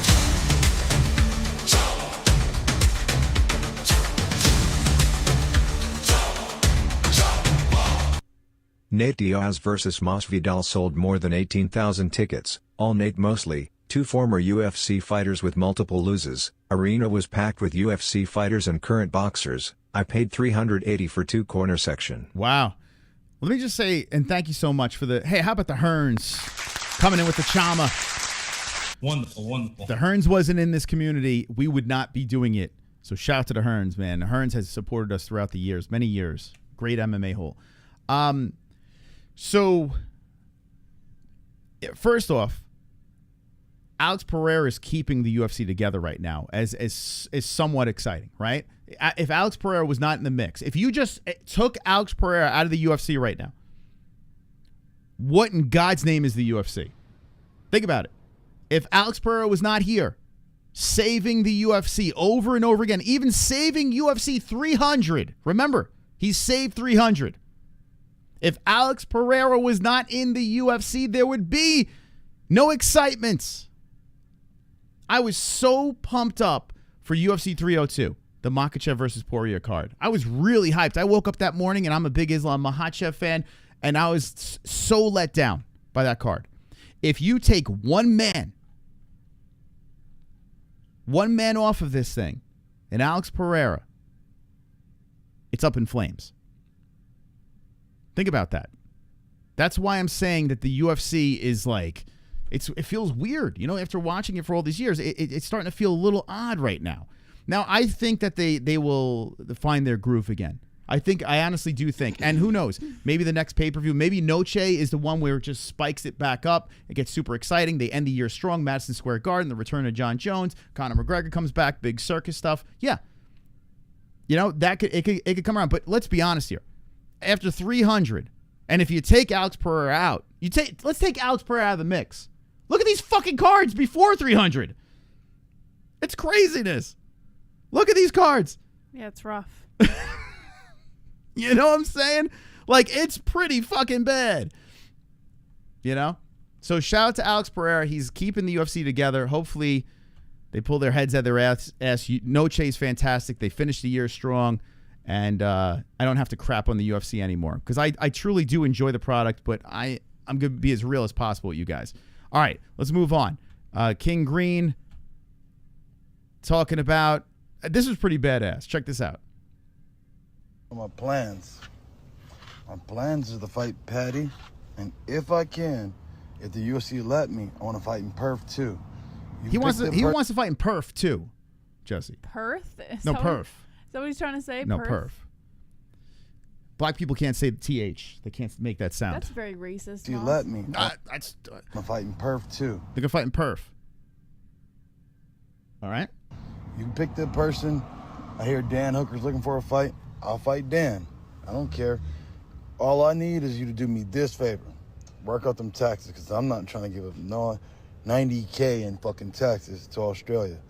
But if my plans go right, fight Patty in London, and I already got to go for my boy Alex Reyes' fight, so I'm already going to be out there. I might as well fight too. Dude, if he goes in there, smashes Patty in the UK, then rolls over to, Australia, Perth, and gets the job done, takes a Dan Hooker fight, dangerous fight, takes that.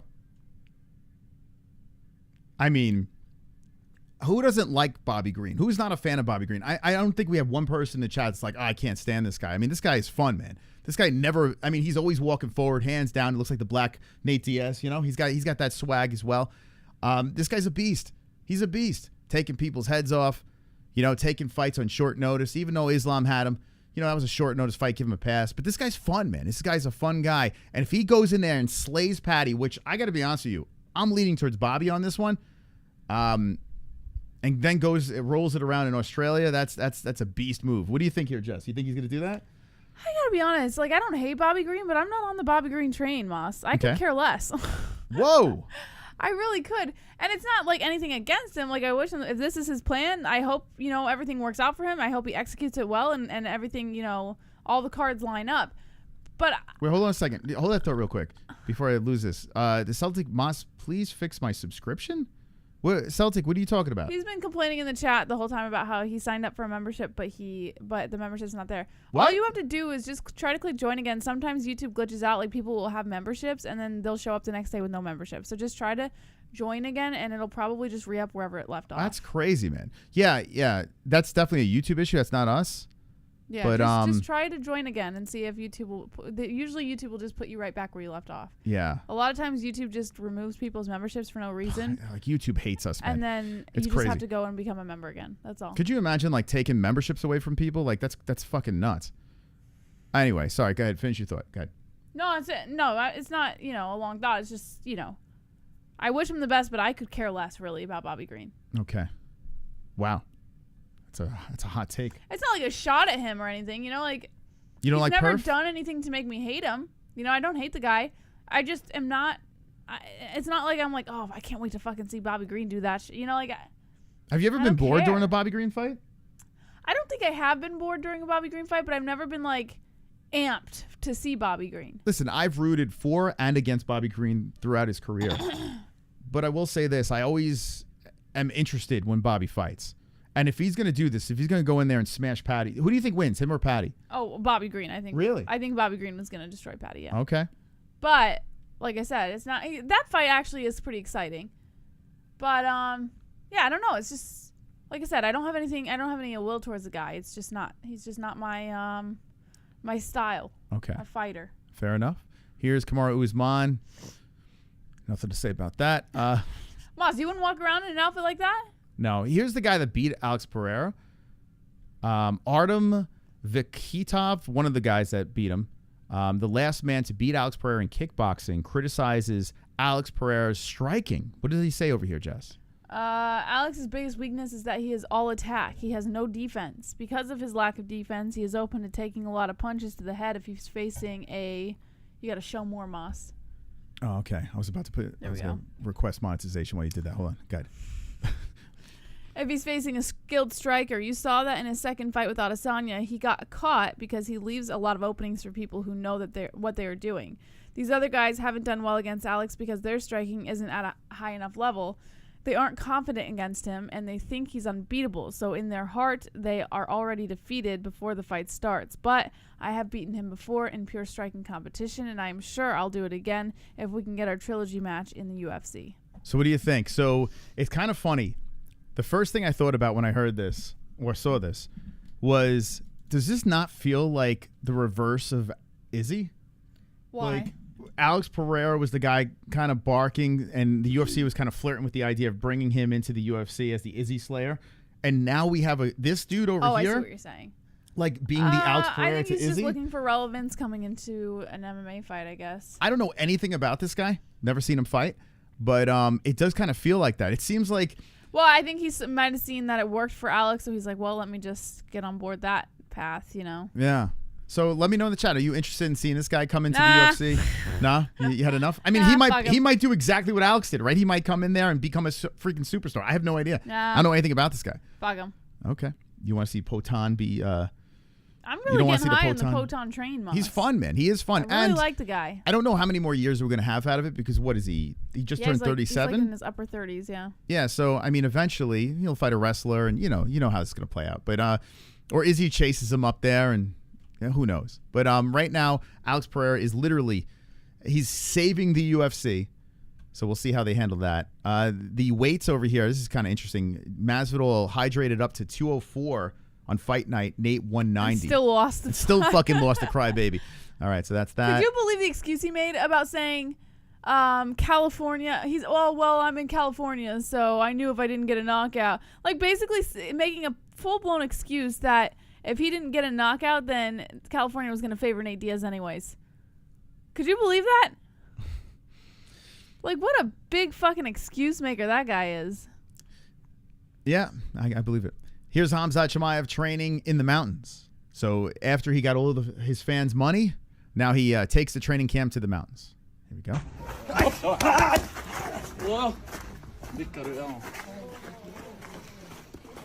I think the rest of his career is just going to be training. That's it. And then pulling out of fights, right? He's going to train to pull out of fights. He's going to train and say he's ready and then say he's sick. And scam the fans and then pull out another fight. I mean, listen, Khamzat in the UFC staying active is good for the sport. It is. It really is. Like, Khamzat being active, I'll smash everybody. It's fantastic for the sport. But if he keeps pulling out of cards and getting hurt and ruining situations, like, it's kind of like just go away, you know? Okay, they're going to dance. All right. Here's Patty Pimblett talking about King Bobby, King Green. Bobby makes me laugh. Makes me laugh the way he keeps saying, Patty mentioned me first. Glad someone reminded me about this yesterday. Why are they playing the music? Why are they going to do that? Yeah, let's so loud. skip it. Fuck it. Yeah, fuck you. I can't look at the guy's face anyway. Oh, this is the guy. Oh, Alex responded. I didn't even see this. Did you see this? Okay, what did he say? He said, hey, brother, be careful with the people that are giving you this idea. The same person that is advising you that has tried the same to me, and I didn't do because I'm not stupid. Everybody knows that when they gave you the win, it's because Glory knew that that would be my last fight in the organization, and they didn't want me to leave with the belt. Whoa. For you to expose yourself like this, it seems that you're a bit lost and almost certainly don't have a manager. That's what I think. You should send a message to Jonah? Yeah. Joyner? Because I think he can help you. Chama. Okay, so Alex going after him. I like it. All right, here's Sean. Here I am. Sean O'Malley says Ilya's going to be the next Cody Garbrandt. I agree. 100%. Tweeted, how the fuck's Ilya above me on the pound for pound? He's 5 inches. I agree. Oh, you haven't really seen much of Ilya because you were doing the mom thing. Right? Have you seen? No, I saw a couple of Ilya's Volk? most recent fights. Yeah. Did you watch the Volk fight, or were you here? Yeah, I'm pretty sure I did. He finished Volk. I don't think you were in the room for that. Did I? I can't remember. No. I think I did. You would remember. Trust me. I really think I did, but I don't know. He's so fucking annoying. But I mean, here's Sean O'Malley. So you got the bantamweight champ over here in Sean talking shit about the featherweight champ in Ilya Topuria.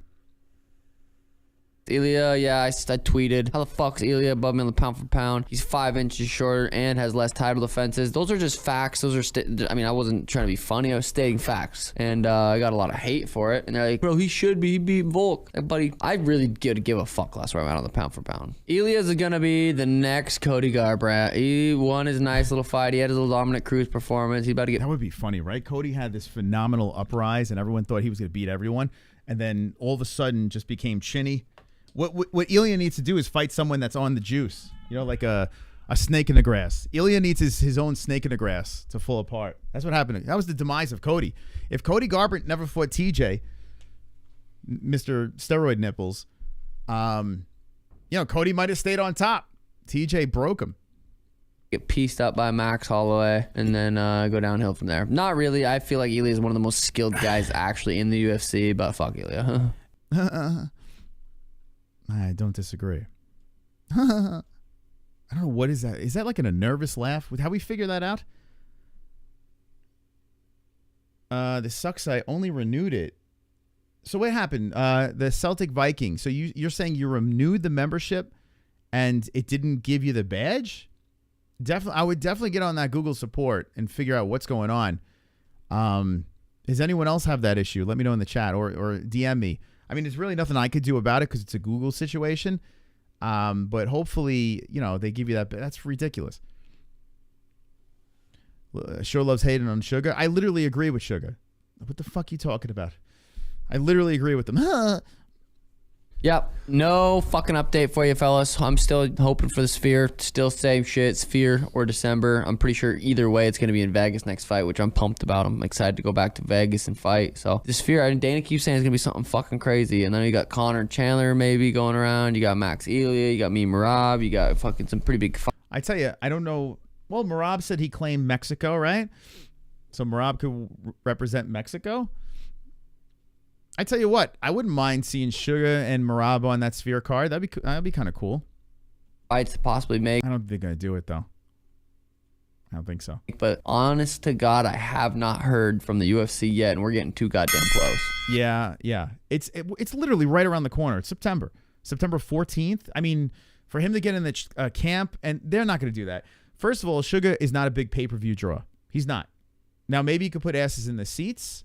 Maybe he can do that. But when it comes to pay-per-views, that's not going to happen. And in the Sphere, they have to make that $16 million or whatever the hell they're throwing. I don't know what the hell they're spending on the Sphere, but apparently it's obnoxious.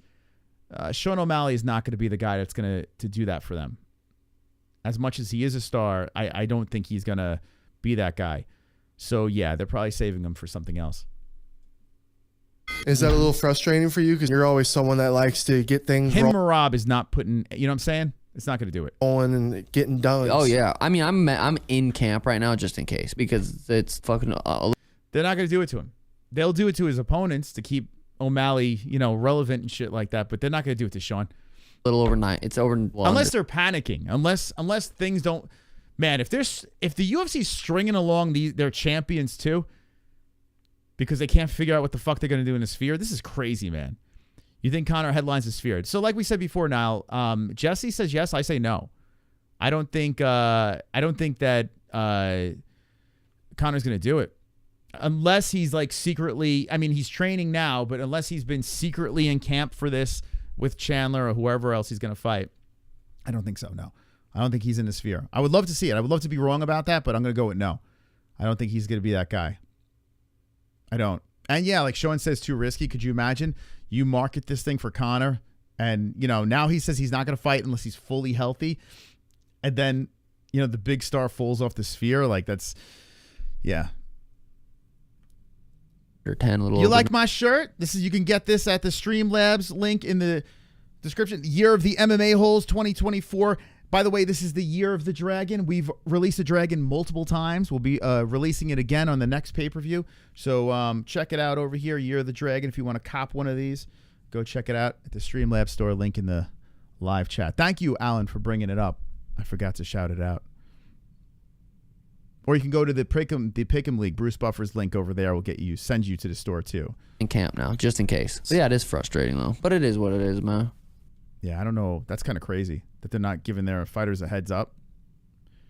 Izzy shares new sparring footage ahead of his fight against Dricus du Plessis. Let's see what he looks like.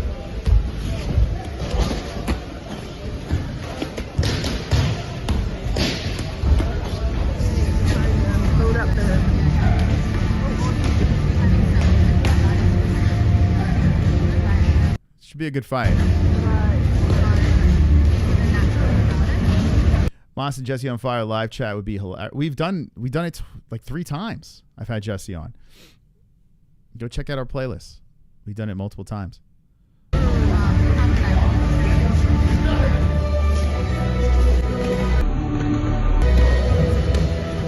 Stop a takedown. He's gonna stop it. Single. That guy really didn't go fucking too hard on it. By the way, they have like Avengers in the background music, so I can't play that. He stopped the takedown, guys. It didn't look like he really went for it, though. You know, kind of dragged on the single. What's with the zooming in? Oh, my God. Little shot in the back of the head. Oh, he got taken down there. Let's see how he handles it. He gets back up. I'll tell you this.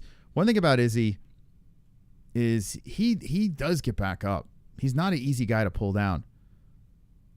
Even against Blachowicz, like, he found his way back up. You know, like, a weight class higher.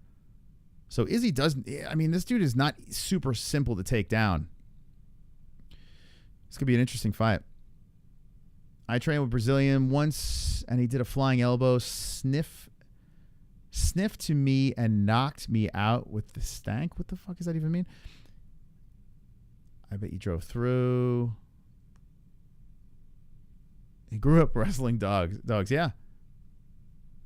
This edit of Alex. Oh, I didn't see this one yet. Holy shit. Let's see this one. This is going to be brutal. There he goes.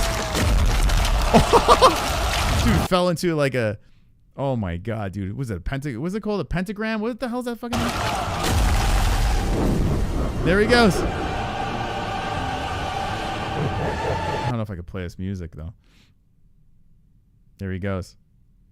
Holy shit. Yo, these heads get nuts. Look at him. Oh my god. Dude, insanity. That's pretty sick. That's pretty fucking sick. All right, let's see what else we have over here. I know Ariel had a couple of guests. We'll play maybe a couple of snippets. See who I know he had Till on. I don't see who else he had on. Dana White tells the story of CBS coming at one point to try and make an offer to buy the UFC. Oh shit, what's this? I never hear this. I'll tell you another story. So CBS tried to come in and make us an offer to buy us at one point, right? And I was in Hawaii on vacation. And ironically, I'm usually late to everything. I was on the call early, and the Showtime guys were on the call early because I didn't know they were gonna be on. I thought we were talking to Les Moonves. So by the time Les Moonves and Lorenzo got on the phone, me and Showtime were fighting, going at it. Literally, F you, back and forth. And those guys got on and heard us going back and forth. And the call, literally, that was the end of it. So Lorenzo calls me right back immediately and goes, I guess we're not doing a deal with CBS. I said, yeah, sorry. We got into it a little bit. I hated the guys at Showtime. A bunch of those guys worked for the UFC when we first started out. I thought their production sucked. Yeah, oh my god. So it's so funny, like he doesn't give a fuck anymore. You know, like the way the UFC is right now, and they're with ESPN, they never have to ever even think about Showtime. Showtime just got rid of the boxing. So, damn, man. Dana's he's just stomping on their grave. They were terrible at what they did, and I was very vocal about it. And then it just so happens we're talking about CBS making us $1 billion offer to possibly buy the company. Does Dana drive anyone nuts in the chat? Because I can get it. Like, I guess, listen, if you keep winning these battles and you're worth a ton of money and you keep growing these brands and they just succeed, you're going to have this pompous attitude where you're going to run around telling all these stories, you know, patting yourself on the back. But does it drive you guys nuts? I'm curious. Like me, I don't give a fuck. But I could understand if it fucking drove people crazy because I could see how it could do that. CBD. Hearns, baby.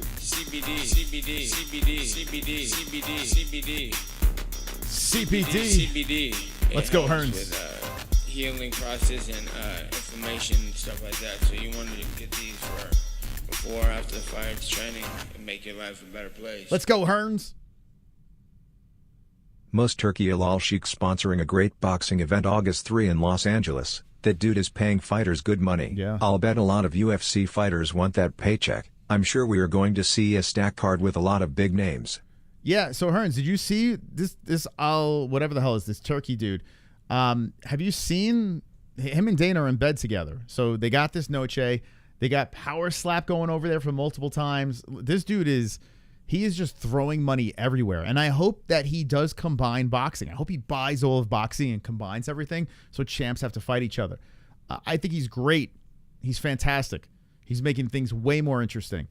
So yeah, I'm all about it, man. The Saudi money, I hope it keeps pouring in and we just keep on getting crazy fights. And I'm for these novelty fights. I'm down with it. Even the Jake Paul versus Mike Perry fight, I'm interested. I'm very interested. I like it. Even though I feel like Jake should get his hand raised, I hope it's competitive, and I hope Mike, shocks me. But thank you, Hearns, man. Appreciate you. Zuffa boxing, who knows? I mean, Dana's still. I don't know. Remember that whole Zuffa boxing thing? That actually came around COVID too, right? And then it vanished. Congratulations to Ann about all those points. How many points does Ann have? Well, yeah, Yeah, I don't know what the points thing is because you guys can gift each other points. I don't know how that works, but who's number 1 in the hours? Is it still Freedom Guy? That oil money seems unlimited. It does, right? It's just nuts. I smell beauty in the air. Oh, there we go. Top hours. Here we go. So Freedom Guy is still in number 1. Jamie, number 2. Wiz Natchify, number 3. 2 Jams, number 4. Sober Carl, number 5. The Knitter, there she is, at number 6. And Jeffrey James in the 7th spot. Let's go. Well done. Top hours. You guys putting in those hours. I appreciate it. Thank you. Thank you so much. Would you rather have a unibrow or ear hair? Well, I already got the ear hair, so I guess I'll go with that. It's great. I like the ear hair. It's fantastic. Dana White, the success of the UFC. I didn't see any of this shit. Host the World Cup. Fox goes over there. People say, why are you going over there? Saudi Arabia buys Live, and they're competing with golf. They might do the same thing with tennis. How do you feel about this? Yeah, Saudi's making big moves. I mean, if Why you so look at low? what they're doing with boxing right now, some of the biggest fights that would have never happened are happening because of Saudi Arabia. That's 100% correct. Like, Saudi getting involved in boxing is one of the greatest things that's ever happened. It's fantastic. We probably wouldn't have had Fury versus Ngannou. We probably wouldn't. I mean, wasn't Fury versus Usyk? Wasn't that part of the Saudi thing? I mean, it's just nuts, man. That's how crazy boxing has become. It takes Saudi Arabia money to make some of these fights. But, you know, it's a good thing. Compete, man. I don't actually know what constitutes as hours. With Natchify, it means if you're in the top 7, it means you are a complete loser and you are with this community too much. That's what it means there. Thank you. Thank you. Wonderful. So you don't want to be in the top 7 and say anything insulting because you spent way too much time. No, I appreciate the top 7. You kidding me? That's some hard-earned hours.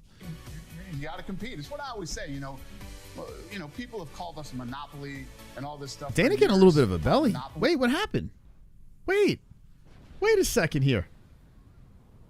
Omar, you number 9? Oh, you're creeping up. You're creeping up. All we need is a one off day. Whoa, when did this happen? Yo, Dana getting back on the donuts? By the way, today, officially, I'm back off the sweets again. No more. I am done. I got some bad news about a family member, and I don't want to feed no cancer cells anymore, so I am off the sweets. But is Dana back on them, or is this a wardrobe thing? That looks a little. Whoa, that's a puffy top. That's a puffy top, Dana. You got a muffin top? What's going on there? We can't lose Dana White. We're just the best. We're the best. What's with the music? All right. You're the best. The fucking music's annoying. Oh, here we go. Masvidal. That was 5 years ago. Dustin Poirier being in the studio Wednesday. I'll skip that. Darren Till has asked if he would fight Mike Perry in bare knuckle. I feel like that's a yes, right? What about you, Perry, and bare knuckle? Is that any chance of that happening, or are you not interested? I don't care. I don't care. It's not me saying I'm not saying no because I'm scared. I'm saying no because I don't need to fight bare knuckle right now. I'm not busting my face up at 31. Okay. Fuck that. What? I'm not busting my face up at 31, but when I hit my 40s, when I'm about 38 and I'm completely washed up, you're damn straight I will. Isn't that a weird thing? Birds are gonna look at me. So you're gonna wait until you're 40, and then you're gonna fucking slice your face up? Not gonna look at me. This is not gonna age well. What birds look at Perry when he's out? None. Yeah, but he's spoken for. Okay. This is not gonna age well. Darren Till talks Jake Paul. Of course, he's gonna want to fight Jake Paul. Who doesn't It's kind of weird. Yo, everyone is just tugging at Jake Paul's cock. It's crazy. After the fight, you called out Jake Paul. You called out Masvidal, Diaz. These are the fights you're looking for. Yeah. This is the circle we're all in now, whether people like it or not. Jake Paul. I said this before. This makes me laugh so much. Sometimes the trolls and other people's oh, you're begging for a fight with Jake Paul, and it's well, wouldn't you beg for a fight with Jake Paul? he's the guy. He is that guy. Like whether you like it or not, I will say one thing. You beg for Jake Paul when the UFC kicks you to the curb. By the way, it's official. It is official. Darren Till officially kicked to the curb. So that whole Jake Paul, he's got to be looking for Jake Paul fights. He just fought this weird ass. You know what? Where the hell is that clip? Who else is on here? Tracy Cortez wants Alexa Grasso. This is pretty badass. Hold on a sec. I kind of hope Cortez wins. I would say I would be next. If not, no, I would be next. I would say, and I heard that Valentina doesn't want to fight Alexa at the Spear. Oh my. So after this fight, I would love, whether it's for the women's baddest female fighter, or just to put on a great show for Mexican Independence Day. Yeah, do it. I would love to fight Alexa. So we'll see how July 13th goes, and I'll be aiming for that. Wow. She's got a great body, this girl, but she does look like she just stepped out of a flying saucer with that fucking head. Pretty soon. That would be gigantic for the Mexican fans, huge. but also Yeah, I would like to see that. I would like to see Spacehead fight for the belt. Let's see if I can find some of that Darren Till stuff. Let's see. We'll go back to the championship rounds real quick. They probably have it. Or Happy Punch. Happy Punch got some cringe ass shit. I want to show you a little bit of that Darren Till. So Darren Till hits this dude in the back of the head in his fight. Jab, cross, or anything. He hits the dude in the back of the head, and then it just resulted in the dude was on the ground, like just fucking. They skipped it. He was on the ground, like, oh my god, it was the worst thing. Like, check this out. I mean, he gets hit, right, and he's like, it's almost like someone hit him over the head with a bat, right, and he's just rolling around on the ground for this time, and then all of a sudden he just like says, "I'm gonna fight Darren," so it turns into this.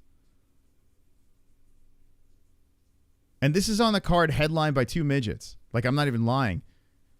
Darren zips him with a left. It's a whole thing. There they all go. What the fuck? Darren Till hasn't fought in how long? And then he's fighting on a midget influencer card. And then the fight gets prematurely stopped. And then there's a brawl afterwards. I don't even know who the hell he's fighting. This dude's going for a single leg in a boxing match. Well, Darren gets taken down. All these fucking clowns are trying to break it up. Some people are like kicking. A guy just starts kicking Darren. This dude with the sleeveless shirt just starts kicking Darren. It's nuts, man. I mean, remember when Darren Till was that dude? Doesn't just say, just saying he's on a no-name promotion now. Darren Till still gets taken down in a boxing ring. Yeah. Well, in fairness, there were a bunch of clowns there.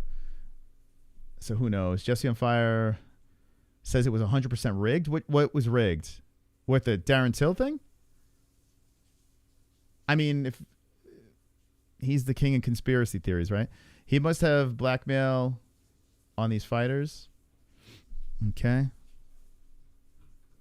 So that's pretty much it. Anyway. All right, guys. Thank you guys for stopping by. Hey, I want to say a big shout out to the Hearns coming in with those donations. Everyone that donated tonight, thank you so much. If you did not hit the like button, hit the like button. And if I missed your comments in the chat, we'll go into the comments section when this thing is done. Talk to me. Tell me what you got on your mind. We'll be back on Wednesday night, back on this show. UFC is back in action. Go over to MMAHoles.tv to get your picks in for the UFC events between Namajunas and Cortez. That's going down this weekend, so go get your picks in on over there at MMAHoles.tv. And we'll be competing in goat milk this weekend. Who wants some of this? Who wants some of that? And yeah, make your bets at MyBookie. Go to Dubby. Remember, the promo code is MMAHOLES for that discount. All right, guys. I'll see you later. Which I play? What do you guys want me to play? Let me play...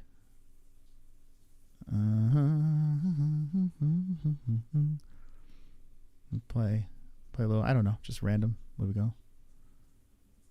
Goat milk is where you make the picks. Goat milk is where you milk them nips. Only one will be the champ. Oh, by the way, don't be an a-hole, be an MMA hole. Good night. Belt and make the ladies dance. MMA-Holes.tv. Take it to the top of the leaderboard.